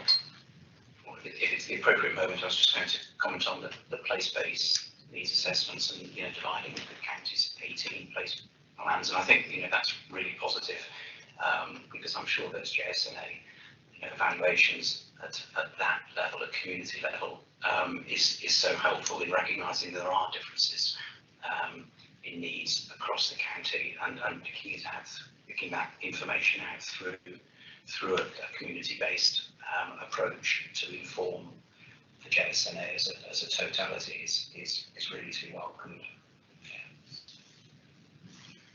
Thank you, John. Anything else on the second recommendation? Ben, come in, please. Thank you, Chair. Just to say that there is a piece of work going on to do a health equity assessment linked to the community mental health framework transformation work of community mental health services. And a significant component of that is looking at the broader wider determinants of health in PCN catchment areas. So one, it was just to make sure that Rachel was kind of aware that that was happening, so that there's minimising of any duplication. And two, just to ask, with the JSNA and how you're going to put those together, will you be able to kind of slice and dice the data by sort of different geographic catchments to kind of align to PCNs at all? Thank you. So I think it's a really good point, because you know, I was reflecting on the work around the community hubs, for example, and the work that you just highlighted, Ben. All of this work we need to be overlapping and pulling together. So we'll get information from the JSNA that we'll need to feed into your work, and vice versa. This all needs to link together. It's the foundation for the work that we do across the county, and then we're really keen to make sure that it works in that way, recognising there are all the different places that we capture these data sets, but how we bring that evidence together, we bring work on engagement together into one place is what we want to do. So I think absolutely we need to think about how these link up, and recognising that things do happen at different geographies. So one of the things that we were keen to do was to get the geography to the lowest geography as possible, but then be able to aggregate that up to various different geographies. And I guess as a system, we also want to be able to feed this into the wider system piece across Shropshire, Telford and Wrekin. So the plan was very much that we, wherever possible, get down to super output area for some indicators, to then build that up to ward, to build it up to our places or our neighbourhoods, community level, and then to build that to PCN and upwards. And we won't be able to do it for all of the information, but that is the plan, that so different organisations, different geographies can recognise their own issues and determinants within that. So really would want it to support the work that the PCNs are doing, and rather than duplicating. This is about trying to consolidate. Thank you. Is that okay, Dave? Is there anything you want to come back on? No, that's fantastic. It's really good to hear. And just to say that we have got what we call our primary care network dashboard, which is a BI tool, and essentially allows us to kind of slice and dice a lot of the kind of PHE fingertips data into PCN areas, and we'd be happy to sort of share use of that tool and support the JSNA if that's helpful. Thank you. Yes, I really welcome that. I'll be in touch. Brilliant. Thank you, Ben. That's a great offer. Moving on to the final of the three recommendations, to consider and approve the proposed Wave 1 place-based JSNA areas. Now, I'm guessing that there's always going to be an argument why one or another place would be the right one, but I think we've probably got proposed here three quite different footprints that probably do bring together across them the widest possible range of Shropshire experiences and typical Shropshire communities across those three areas. So are there any comments or questions? Lynn? Sorry. Just a couple of things. I think you've got to start somewhere. So there's, that's a key message. But also, what I wanted to comment on was, I think it's really good that it's being broken down into so many different areas across the county, in the hope that it will really identify those subtle variations between areas. I'm particularly thinking about those smaller hamlets, and I'm just hoping that it will be able to pick up on some of the difficulties that some of those really isolated small communities experience. I just wanted to make an observation as an ex-social worker in South Shropshire. I think it's really good that Highley is there, because as it says, it is quite often joined up with Bridge North, and so it's really good to see that it's been seen as a unique area. So I just wanted to support that. Thank you. Thank you, Lynn. That's very welcome. And I know certainly in terms of the Oswestry Place Plan area footprint, that does include a significant number of smaller hamlets, particularly in the hills and the hinterland between Oswestry and the Welsh border. So hopefully that goes some way towards your point of trying to draw out the challenges in those kinds of communities. Do we have Any other comments, questions, lines of inquiry? I see nothing in the room, nothing online. Before we move on to voting on the recommendations, Rachel, is there anything else you want to say to wrap up? No, just to thank the board for the contribution. All the members are contributing through our strategic group that we've established to run this. We'll move on with these areas. I think the big issue around resources is obviously making sure we've got enough people and stakeholders to run each of these needs assessments. They're quite an intense piece of work. We're mapping that at the moment, and I've just to reflect to the board that whilst we'll start on those 3 areas that the board have approved, but we will perhaps come back with proposals if we need to look at just prioritising 1 or 2 of those if resources, because I would rather do it well. I'm sure the board members would agree that we'd rather do this well and properly than spread ourselves too thin. So, but just thank you for the support. Thank you, Rachel. So we have the 3 recommendations before us. That is to review the preliminary data and information list for the place-based JSNA and consider any additions, to note the proposed work programme and resourcing, and to consider and approve the proposed Wave 1 place-based JSNA areas. So can I ask for a proposer for those recommendations, please? John, thank you. And a seconder? Tanya, thank you. And by show of hands, all those in favour, please. Okay, that's great. Thank you very much. We'll move on then to another area of high importance, which is highlighting inequalities in ICS system work. Now, it's got Rachel and Penny's names on, but I believe it's Penny. No, it's Rachel. Okay. Okay. I believe one. Rachel. Thank you. So the paper, this is a collaborative paper that was written by a number of colleagues across public health and the wider system. And I think it was what we wanted to do was bring a position statement and an update to the board on the work that is going on across the county around inequalities. We've heard today in all of the, in terms of the health and wellbeing board priorities, the ICS system priorities, tackling inequalities in its widest sense is one of our key drivers as we move forward. It's always been there, but actually COVID, as we've said through and through, and we've had the brilliant paper that's been produced by Sarah Dodds and colleagues looking at the impact of COVID, has highlighted inequalities further in our vaccination programmes, in all of our services, and we know that this is something we have to deal with collaboratively as we move forward. So we felt that at this point it was useful to bring a paper together to summarise the work that we were doing in inequalities, and inequalities in its widest sense. So there is health inequalities, but we've also got sort of broader inequalities that if we're really serious about taking a population health approach and improving health outcomes, we need to tackle. And this paper really simply outlines some of the work that's already going on to address inequalities. We feel this is an important item that we want to bring to the board's attention continually. And this board should have oversight of and ensure that we're moving in the right direction.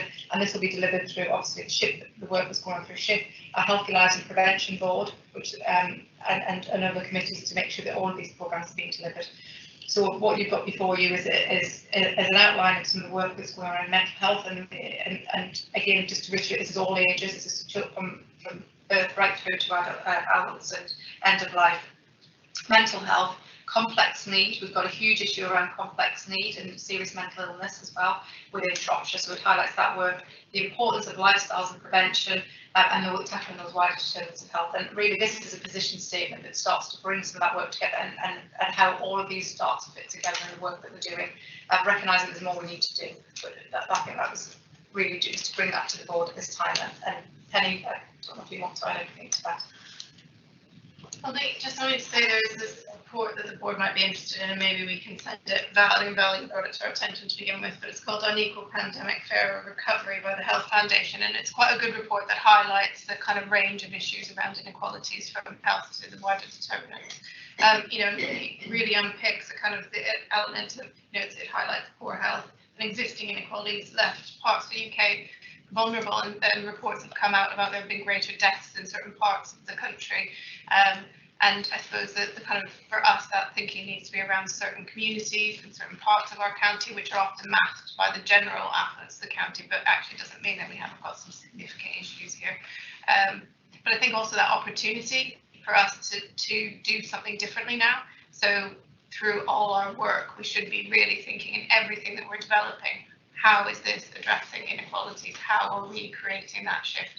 and that, you know, that public health, you know, we've got the 3 different size people in the same size fence. It's like, you know, it's the tall person doesn't need a box to stand on, but the short person does. So it's that, you know, proportionate universalism. We actually need to make sure that those who need it get what they need, and not everybody getting the same. So it's around. So yeah, just that. Sorry, that was a little bit of a I'll stop. Thank you, Penny. I particularly enjoyed the fence analogy. I will have to remember that. Yeah. Next time I'm talking to my neighbours over the fence and they can't see me in the box. Okay. So we have 2 recommendations that that are arising from this report. If we take them each in turn, the first one is that the Health and Wellbeing Board is asked to note the contents of the report and consider receiving regular updates in more detail on each area presented. So there's 2 parts to that, and the first is I'll ask members about the contents of the report, and if there are any questions or comments they wish to make on the contents of the report. John. Yeah, thanks very much. It was just a comment around the social prescribing element that obviously is key within the report, for, you know, low emotional mental health, isolation, loneliness for adults and for children and young people. And it was really just, I guess this has to be backed up, doesn't it, with the facilities to prescribe to.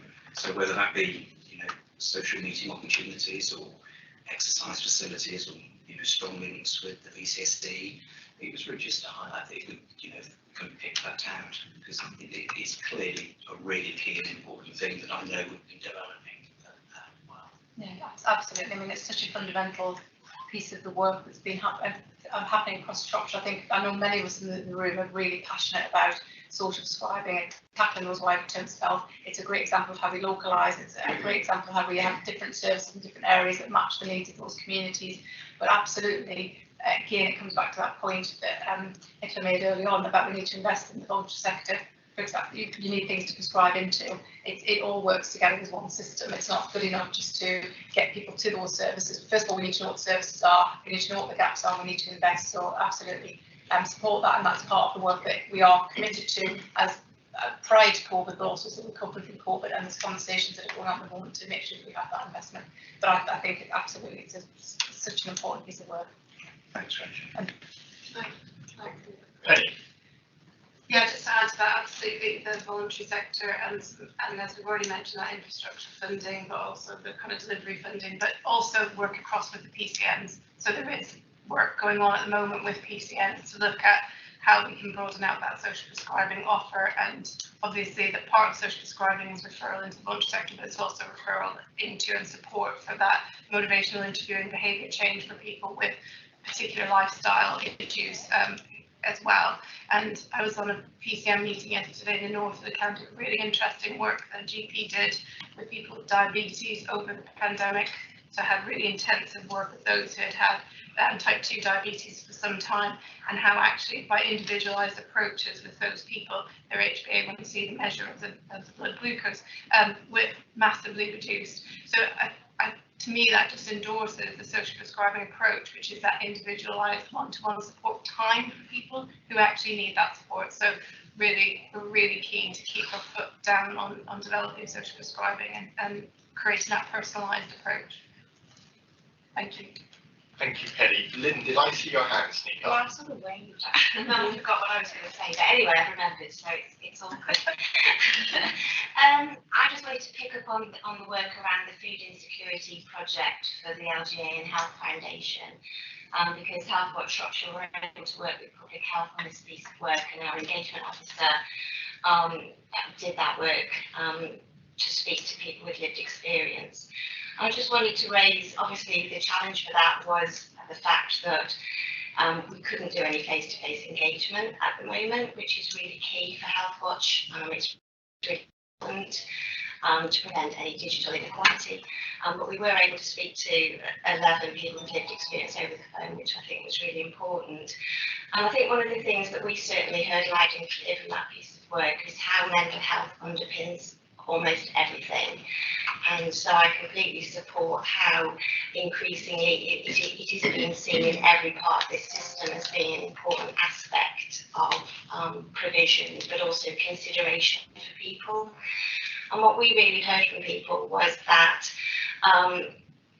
having some sort of mental health problem, be that underlying anxiety or more severe mental health, meant that they found it very hard to access services.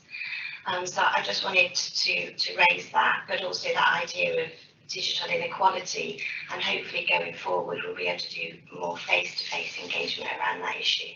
Thank you. You make a really important point there, Lynn. Rachel, did you want to come back on that?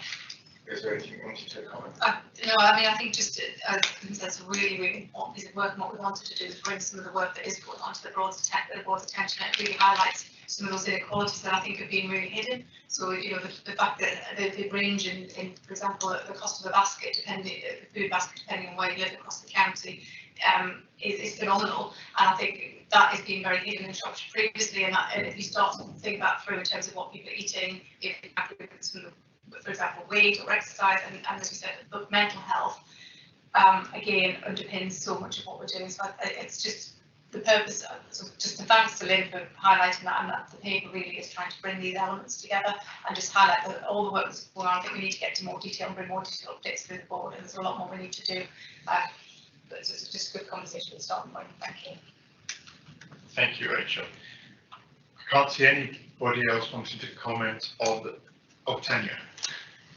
You should go to an auction. You should go to an auction. I didn't want to wink at you, Chair, so I'm just trying to get my hands up. So just to welcome this position statement on inequalities, and I guess to make the obvious point, this is not just about public health leading on the system inequalities. All of us around this board and virtual board have got a responsibility in terms of how we reduce inequality. So I would urge all of us to take this paper back to our respective organisations and make sure it's discussed and debated, so that for future boards we can really support the work of Health and Wellbeing Board in reducing inequalities in Shropshire, and also just to make time to read through the appendix in terms of the impact of the pandemic on Shropshire. You know, a lot of work has gone in there. It does give us that really important baseline, and I guess as board we want to monitor, you know, where we are in 6 months, 12 months and 2 years, and I'd hope to see some of those reds are reducing, and that we are making a real difference to our population, etc. As you say, Tanya, there is an awful lot of red on there, and as a Chelsea fan I have a natural aversion to red. Rachel. Thank you. I think just as a final point, I mean, this is, as we've said throughout, this is such a key issue. This year, my next annual report, we're going to want to look at COVID, obviously, because we do need to mark that as a moment in time and capture some of this, but we'll be focusing on inequalities, equity, diversity across Shropshire, and highlighting really some of these issues, because it is so important. I think the front cover needs to be perhaps the cover that you described, Penny, because I love that diagram if anyone's ever seen it, because it really does get to the heart of what we've been talking about today with the boxes and people standing, because actually it's the vaccination programme. When you take that bus to, some people need the bus to take it to them, not everybody does. Some people can quite happily get to the centre, and some people need, you know, can meet somewhere in the middle. That's what it's all about, and we need to recognise that. We need to recognise the diversity and the inequalities that we've got, and work together to tackle those and support. Nicola.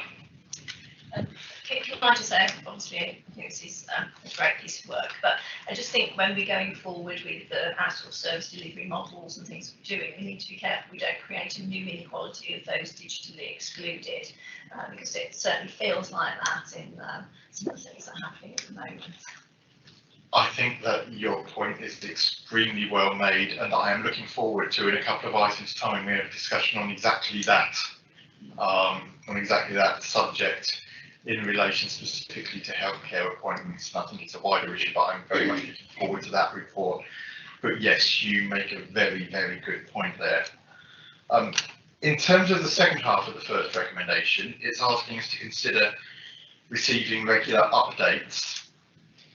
I think we should certainly be receiving regular updates. Are we talking every meeting, every other meeting?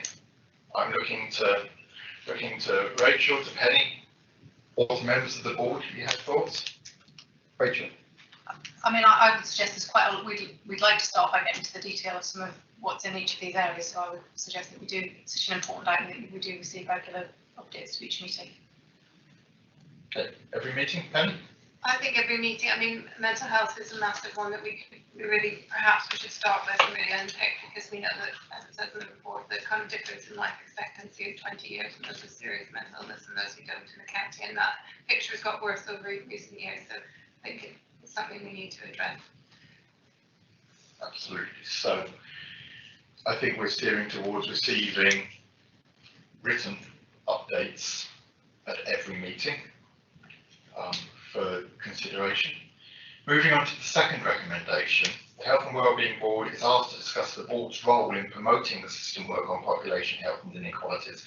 I think Tany's already touched on this partly, slightly skipped ahead by saying that we all need to go back to our organisations and make sure that this is not only that awareness is raised of it and that this is disseminated, but that it is understood across the entire system.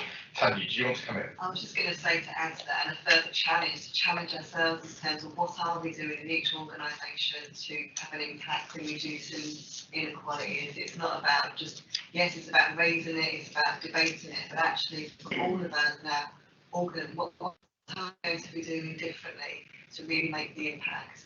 I must emphasise this is not just about public health colleagues leading this work. All of us around this table and our virtual table have a responsibility to really demonstrate within our governing bodies and elsewhere in terms of how we are going to reduce inequalities here in Shropshire. Claire. Thank you, and I look to John as I say this, or to check with the boss.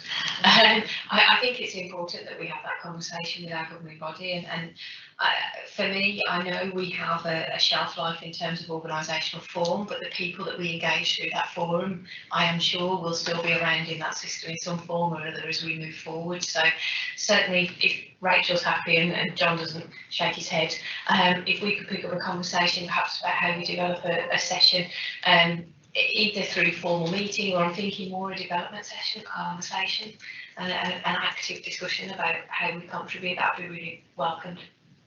I see nodding heads from both John and Rachel. So Rachel, did you want to? Yeah, absolutely. I would really welcome that. And I think one of the things that we were trying to highlight in the paper, and I think Tiny's put it really eloquently, going back and talking and looking, there's certain things that are mandated to us, and we know that we do get mandates from above in terms of what we need to deliver. They're very valuable, but actually we know as a system what else we can do and need to do, and the onus is on us to do it. And I think that's really the ask that underpins this. Can we think, yes, we need to do this, some must do's, but can we go beyond that and actually really push that back up and say this is what we need to do to really make a difference? And so I really welcome that conversation. Ben, would you like to come in? Thank you, Chair. Again, just to make reference to the mental health transformation work, obviously we're aware of that massive disparity in life expectancy, and one of the things which will be measured and assessed through the transformation is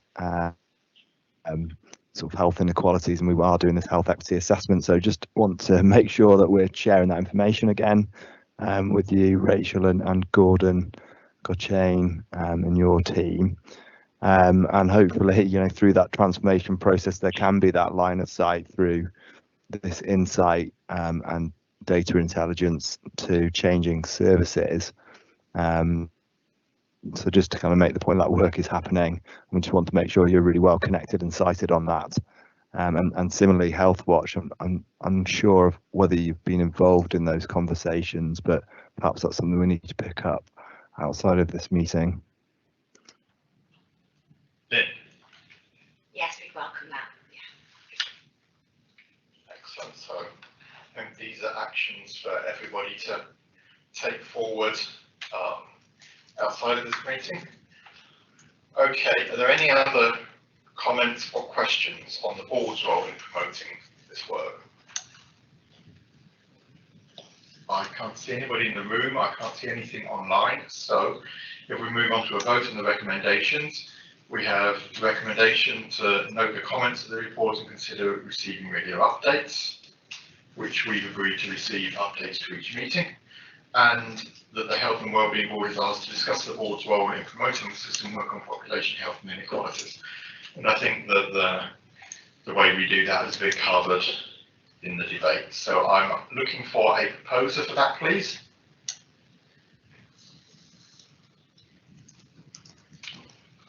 The seconder, please. Tanya, thank you very much. Can I ask by show of hands all those in favour, please? That's excellent. Thank you very much. Okay, we will move on to the COVID-19 update. I'll hand over to Rachel for that.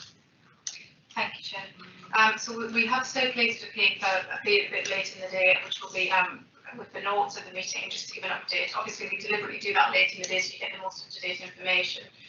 What I would say is it's a mixed picture. So I always try my best to be optimistic, and throughout, particularly through the winter, promoted the green fields that we will get to and things will improve. And certainly the position overall is improving. We've talked on vaccines, so I won't talk about that in any great detail. But as everybody will be aware, and it's very much within the media, that we have seen a rise in infections, and we are seeing a rise in infections across the county, and I expect that to continue. The rate that was published in the paper was 143 in Shropshire, 100,000. That is lower than the West Midlands rate, lower than the England rate, but it is rising. It's 100% rise on the previous week. Actually, the figure this morning is 170, 100,000. We started off at June with 2 cases a day. By today, we've had 131 cases come in. So you can see that the cases are rising. We do expect it to rise.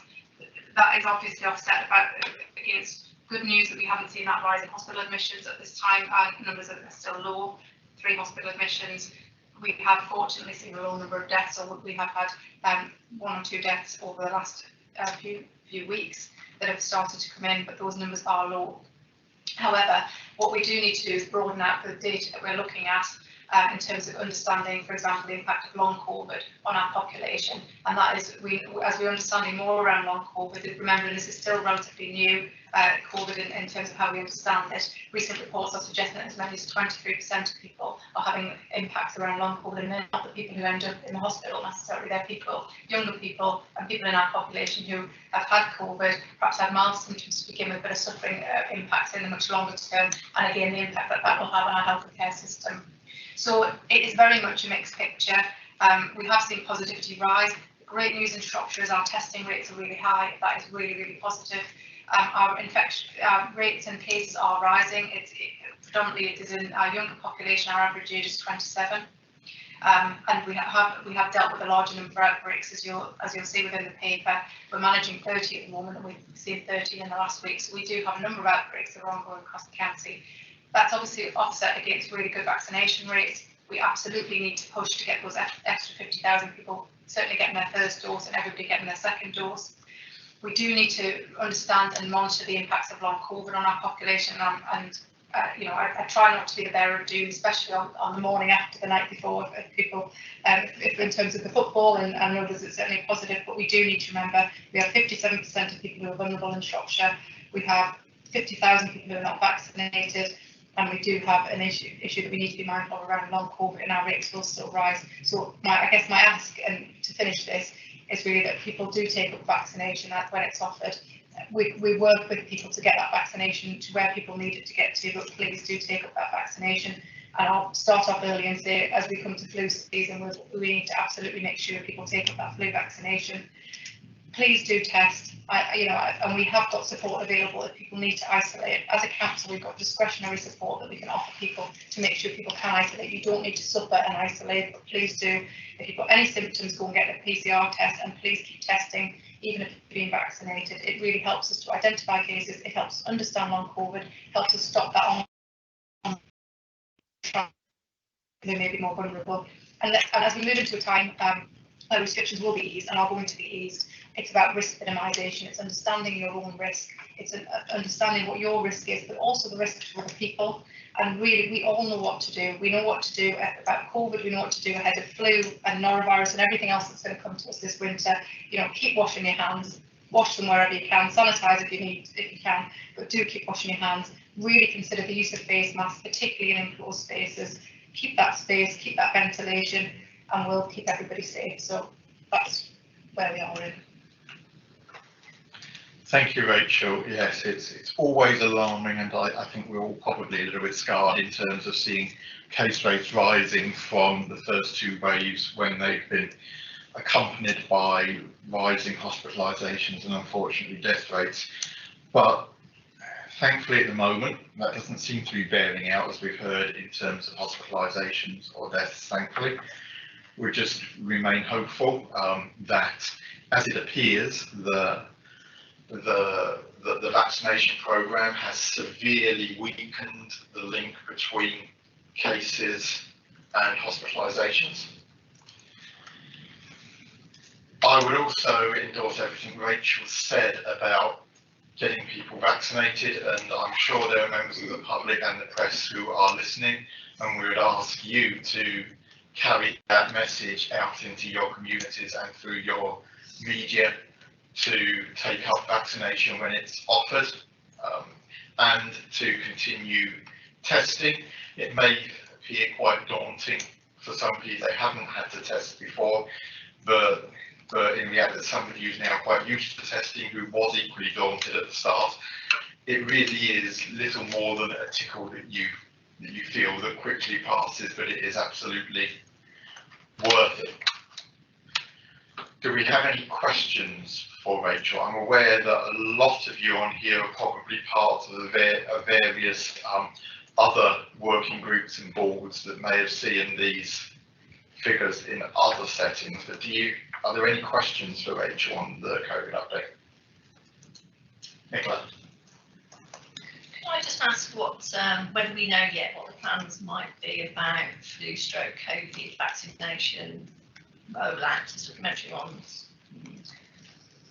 Yeah, so the plans are still being worked through at the moment. I think the hope is, and I'm looking probably at John more, that we will be able. It would make much more sense if we could double vaccinate people at the same time, getting flu and getting the COVID vaccine together. That's being looked at the moment. It's being trialled. So the plan would be it would be a much easier programme to deliver, to get to those people who are high risk of flu. You vaccinate people at the same time. For both COVID and flu, because we need to get good uptake of a particular jab this year as much as we do to get the COVID boosters. That's just being worked through to test, but obviously that's a safe way to be able to vaccinate people, as you would expect us to go through all the regular testing. And again, I think it'll link to the conversations later about the impact on primary care, because obviously it's primary care that predominantly, and we'll get some farmers, but predominantly that deliver this fantastic programme and actually very, very good at it. But that is a huge pressure for primary care. So I don't want to add anything on that. Yeah, no, I agree entirely, and very much focusing at the risk groups as well. That Rachel's laid it out as I understand it as well. Okay, thank you. Any other questions on this update? I can't see anything in the room. I can't see anything online. In that case, thank you very much for the update, Rachel. We will move on to spotlight report from Health Watch, focusing on remote appointments. This is something that I think, as local members, we probably hear quite often about, and it's a report that I was actually fascinated to read. So, Lynn, please introduce her. Thank you. Thanks for the opportunity Thank you for the opportunity to talk about this report, because as you see, it was actually published last October and the findings are from June to the end of September last year. But it actually came out of a first report that we did following the first lockdown, where we did a survey asking people about their experiences of accessing health and social care services during the pandemic and the impact on their well-being. Can I have the next slide, please? And in that survey, we received 568 responses. And the reason we decided to do this particular piece of work was because as well as hearing about concerns that people were sharing with us about having cancelled appointments, particularly at the hospital, we also heard that people were not contacting their GP because they were concerned that their concerns would either be too trivial in the context of COVID, or that they would only be offered a phone appointment. And we knew that that wasn't the case. And so by doing this piece of work, it gave us the opportunity to explain what triage is, while also finding out what people were experiencing in terms of those phone calls, video appointments, and contacting services by email, such as their GP practice through eConsult. Next slide, please. The wider context of this piece of work was the fact that we also know that as part of the NHS long-term plan, which was published in 2019, there is the idea of digital first primary care. So we knew that when we were coming out of the pandemic, there would be moves towards continuing to offer people phone appointments in the first instance, particularly in primary care. So the value of this piece of work was we were able to bring all this together so we could try and identify some key messages for our system by speaking to people who are using services, but we also heard from professionals who were having to deliver those virtual appointments. Next slide, please. So obviously there were some real advantages to this type of appointment for a lot of people, and particularly working people, but also people with young children.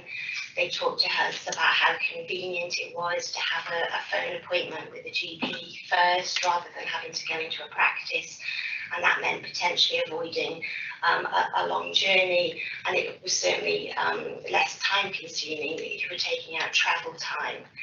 And it also meant that they felt that they were seeing probably the most appropriate professional when they did get to see someone. And for some people, it was just a bit of reassurance to be able to have that contact either by phone or using that video technology to be seen. And for some people, particularly in that first research, who were saying that they were worried about going into practices because they were worried they might catch COVID, the offer of that phone appointment was some reassurance for those people. And at the time of doing that first report, what I did was I spoke to the CCG about the importance of explaining to the public what triage means, and the fact that by having a phone appointment, if the GP feels that they need to be seen, that they will be seen. So you know, that was a really important piece of messaging for us as we went through this piece of work. Can you do the next slide, please? But obviously, as we all know in our own lives, it doesn't necessarily work for everybody. And so we heard from a range of people about the challenges that they were experiencing using phone, video and online appointments. In particular, we know, particularly as we went into the third lockdown and since, that there's been increasing pressure on GP practices. So they've been inundated with people contacting them. So the situation seems to have evolved over this year. So increasingly, people having to wait longer for that first phone appointment, which then makes them worry, because then if they do have to be seen, it could potentially be a month or before they're seen. So that was a concern for people.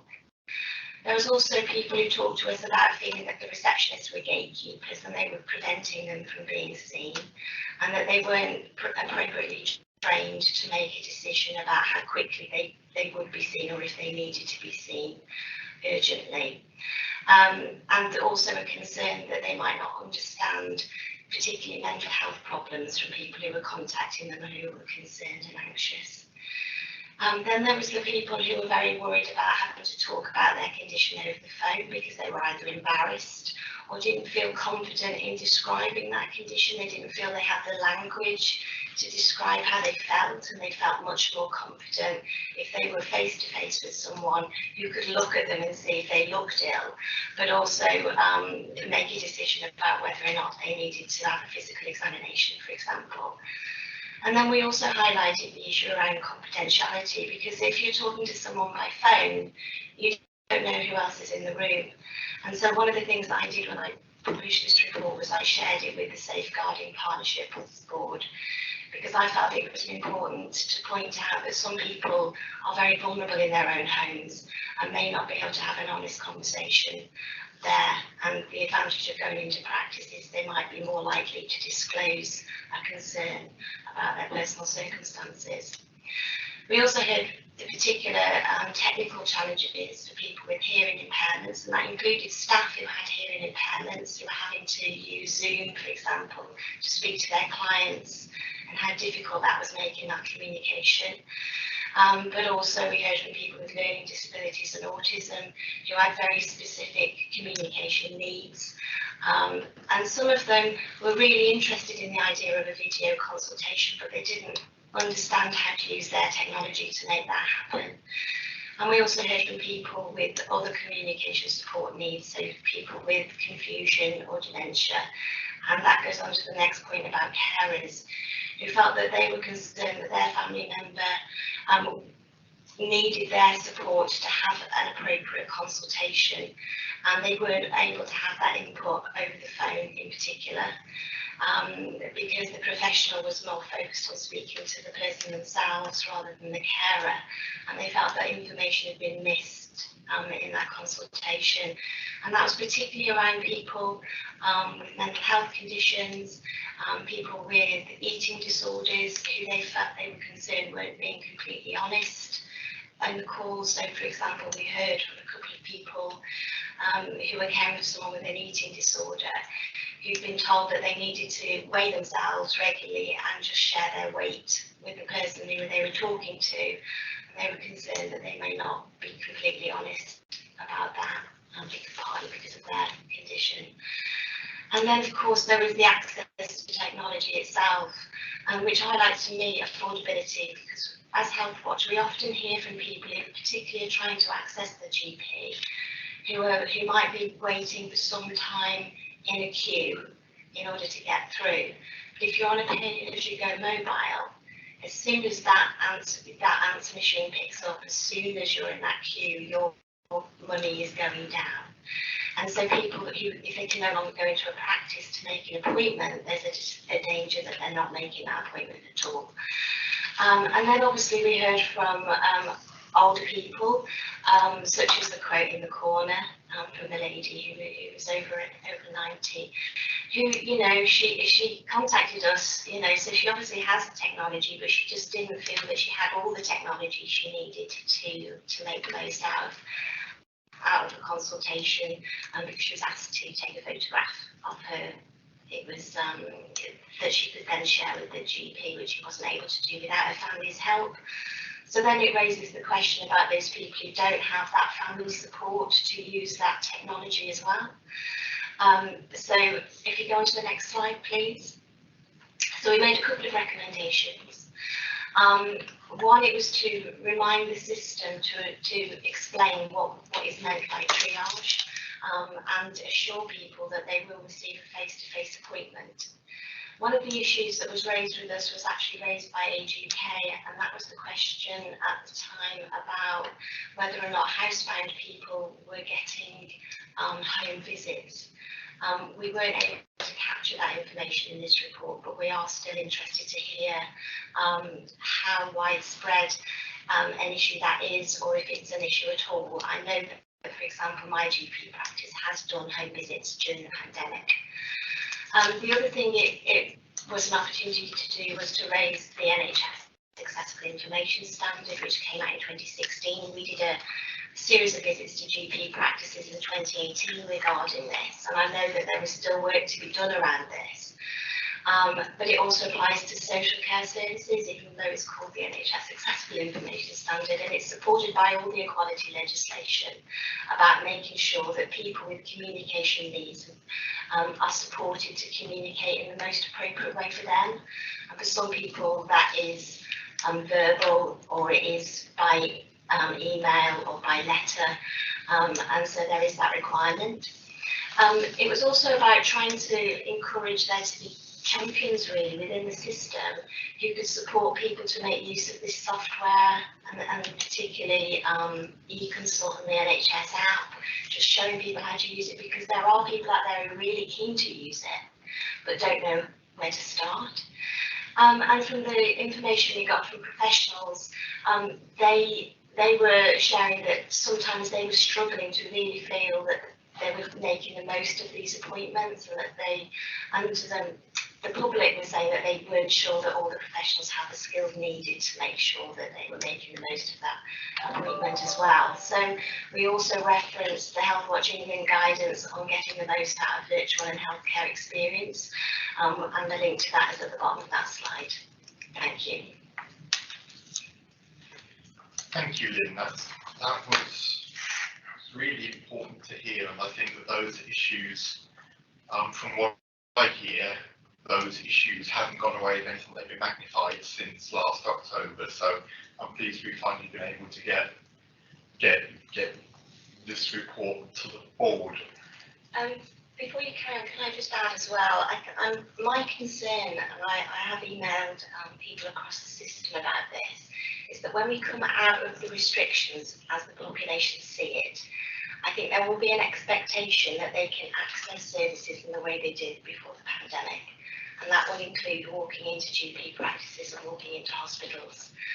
And so I've encouraged there to be some system-wide messaging using the ICS as the basis to demonstrate this is what an integrated care system is, to make sure that people understand how they can access services, how they're available to them, and what they need to do to get those services. Thank you. Thank you, Lynn. That's a really interesting and important point. I'm looking around particularly to system leaders now. For John, did you want to come in? In terms of responding to Lynn's report, yes, very much so, Lynn. Thank you. You know, I heartily welcome your report, and you know, collecting feedback and learning to inform services is vital. You know, patient voices are vital to ensure that services remain responsive.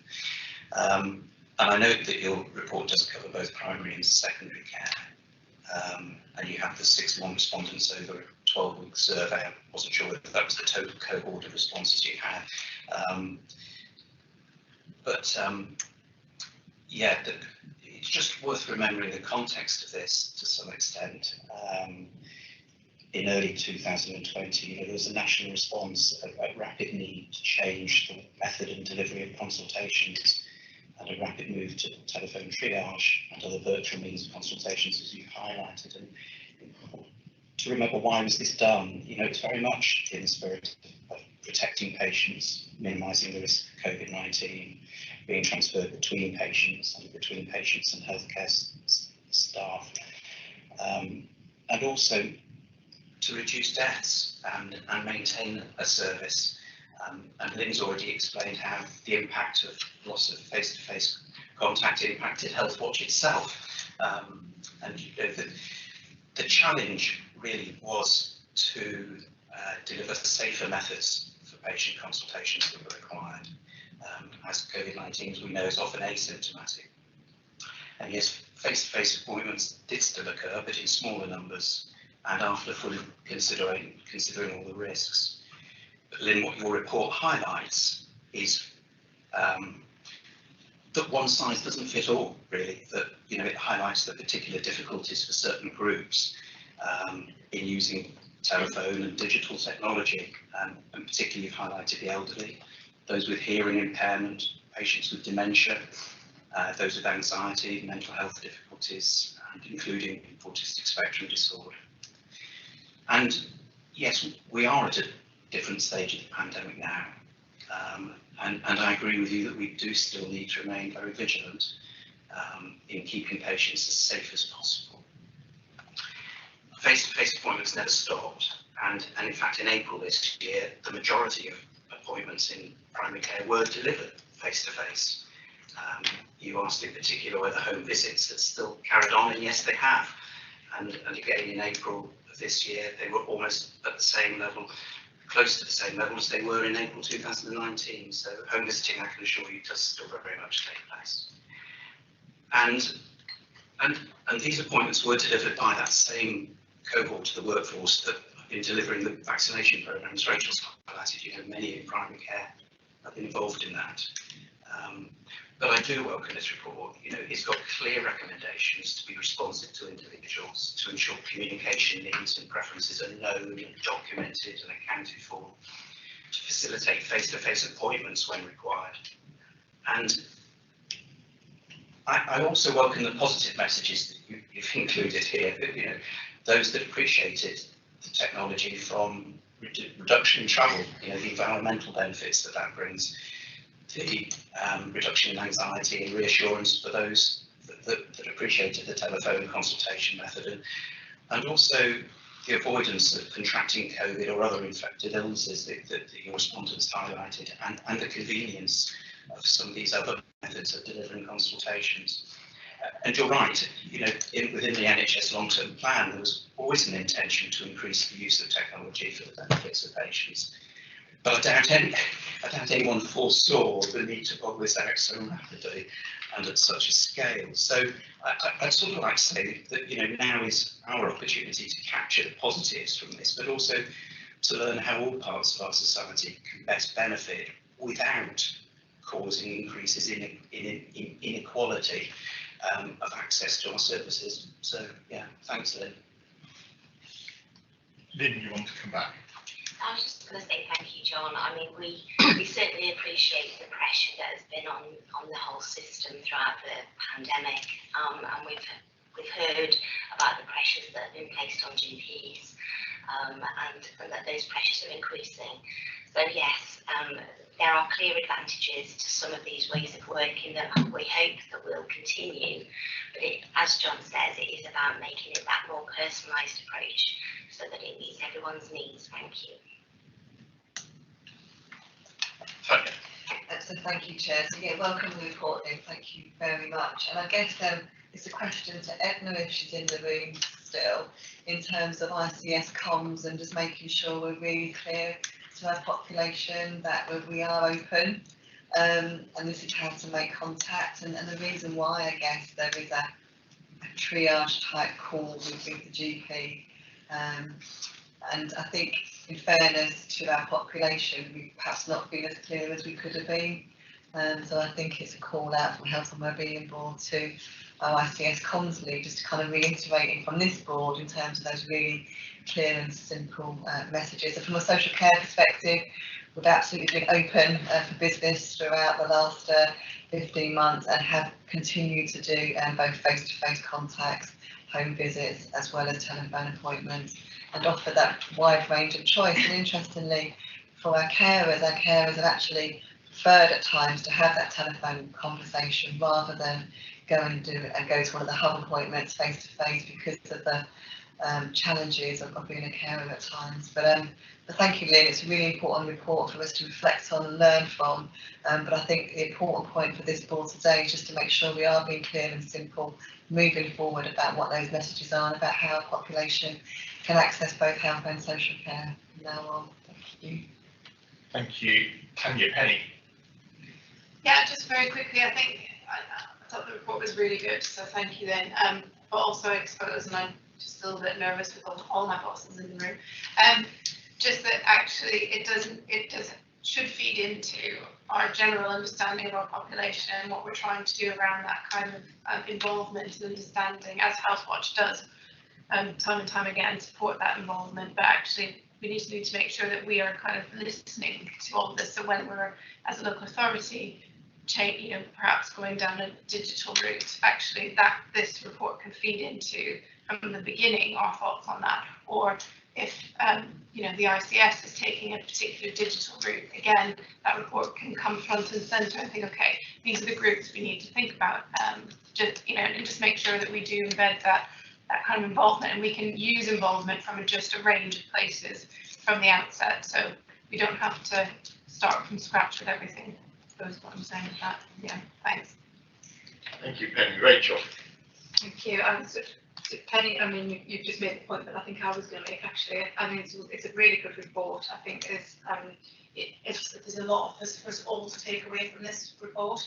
And I think in terms of that learning, so everybody's looking at more digital, that's the kind of environment that we're moving in, but it comes back to the boxes, Penny, because actually for some people that might work, but actually other people we need a different sort of access, and this report, and for others we need even more in a different offer, and we need to recognise that universalism.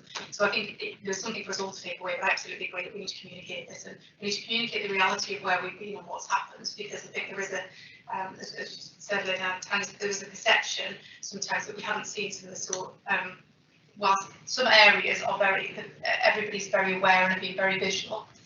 So things like the hospital response and the vaccination response is very, very clear throughout what's been happening over the last 18 months. But there's been a huge amount of work that's continued. Services have continued to operate or worked in a different way. And I think that's one of the issues around, for example, primary care, that because of the space that's needed in the waiting rooms, because of the space, people will be seen in a very different way. Appointments still go on, but you might walk into the waiting room, there's nobody there, or there's only one other individual there. But actually, it's been, so we need to have an honest conversation about what has happened, the challenges we face, the huge amount of work that's been done, but absolutely take on board the learning from this. And there's positives that we need to take, but there's also negatives that we need to mitigate and make a different offer. And that's where we'll really get the best use of our resources. So really welcome this, welcome everything everybody said, and just to support that and how we take that forward to our JSNA and all of our plan. Okay. I have had a look. Unfortunately, I think we released Edna after she'd made her presentation. But first ask, I think, from the board, and I'll look for nods of approval, is that we ask colleagues to take this back to ICS to be raised at ICS board. Claire. I'm quite happy to take that back to Edna outside of the meeting. Brilliant, thank you very much, Claire. The second suggestion, it's not necessarily a proposal, we'll see what the board think. The second suggestion I'd make is, do we want to receive a written update from system partners on their response to the issues, the recommendations raised in this report?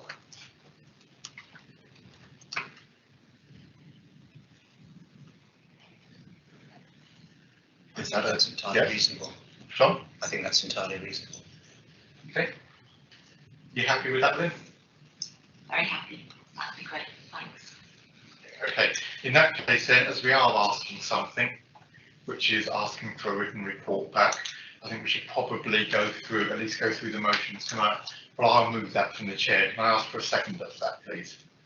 Nicola, thank you very much. By show of hands, all those in favour? Thank you very much. Okay, thank you, Lynn. That was extremely valuable report. Okay, so that brings me now to the last item on the formal agenda, which is the chairman's updates. There is an update from the West Midlands Pharmacy team, which is now on the council website. But briefly, in summary, St Martin's Pharmacy in St Martin's is no longer opening on Saturdays, effective from the 17th of May. As I say, the full situation update with their full opening hours is on the council's website. Before we do close the formal part of the meeting, I'd like to thank everybody, members of the board, both in the room and virtually, and people observing. Hopefully there are swarms of them. I think we've had a very, very productive morning, and long may that continue. So can I just ask for members of the board, both in the room and virtually, to remain, please? And I will ask Amanda, committee officer, to take us off of the live session. When that's been done.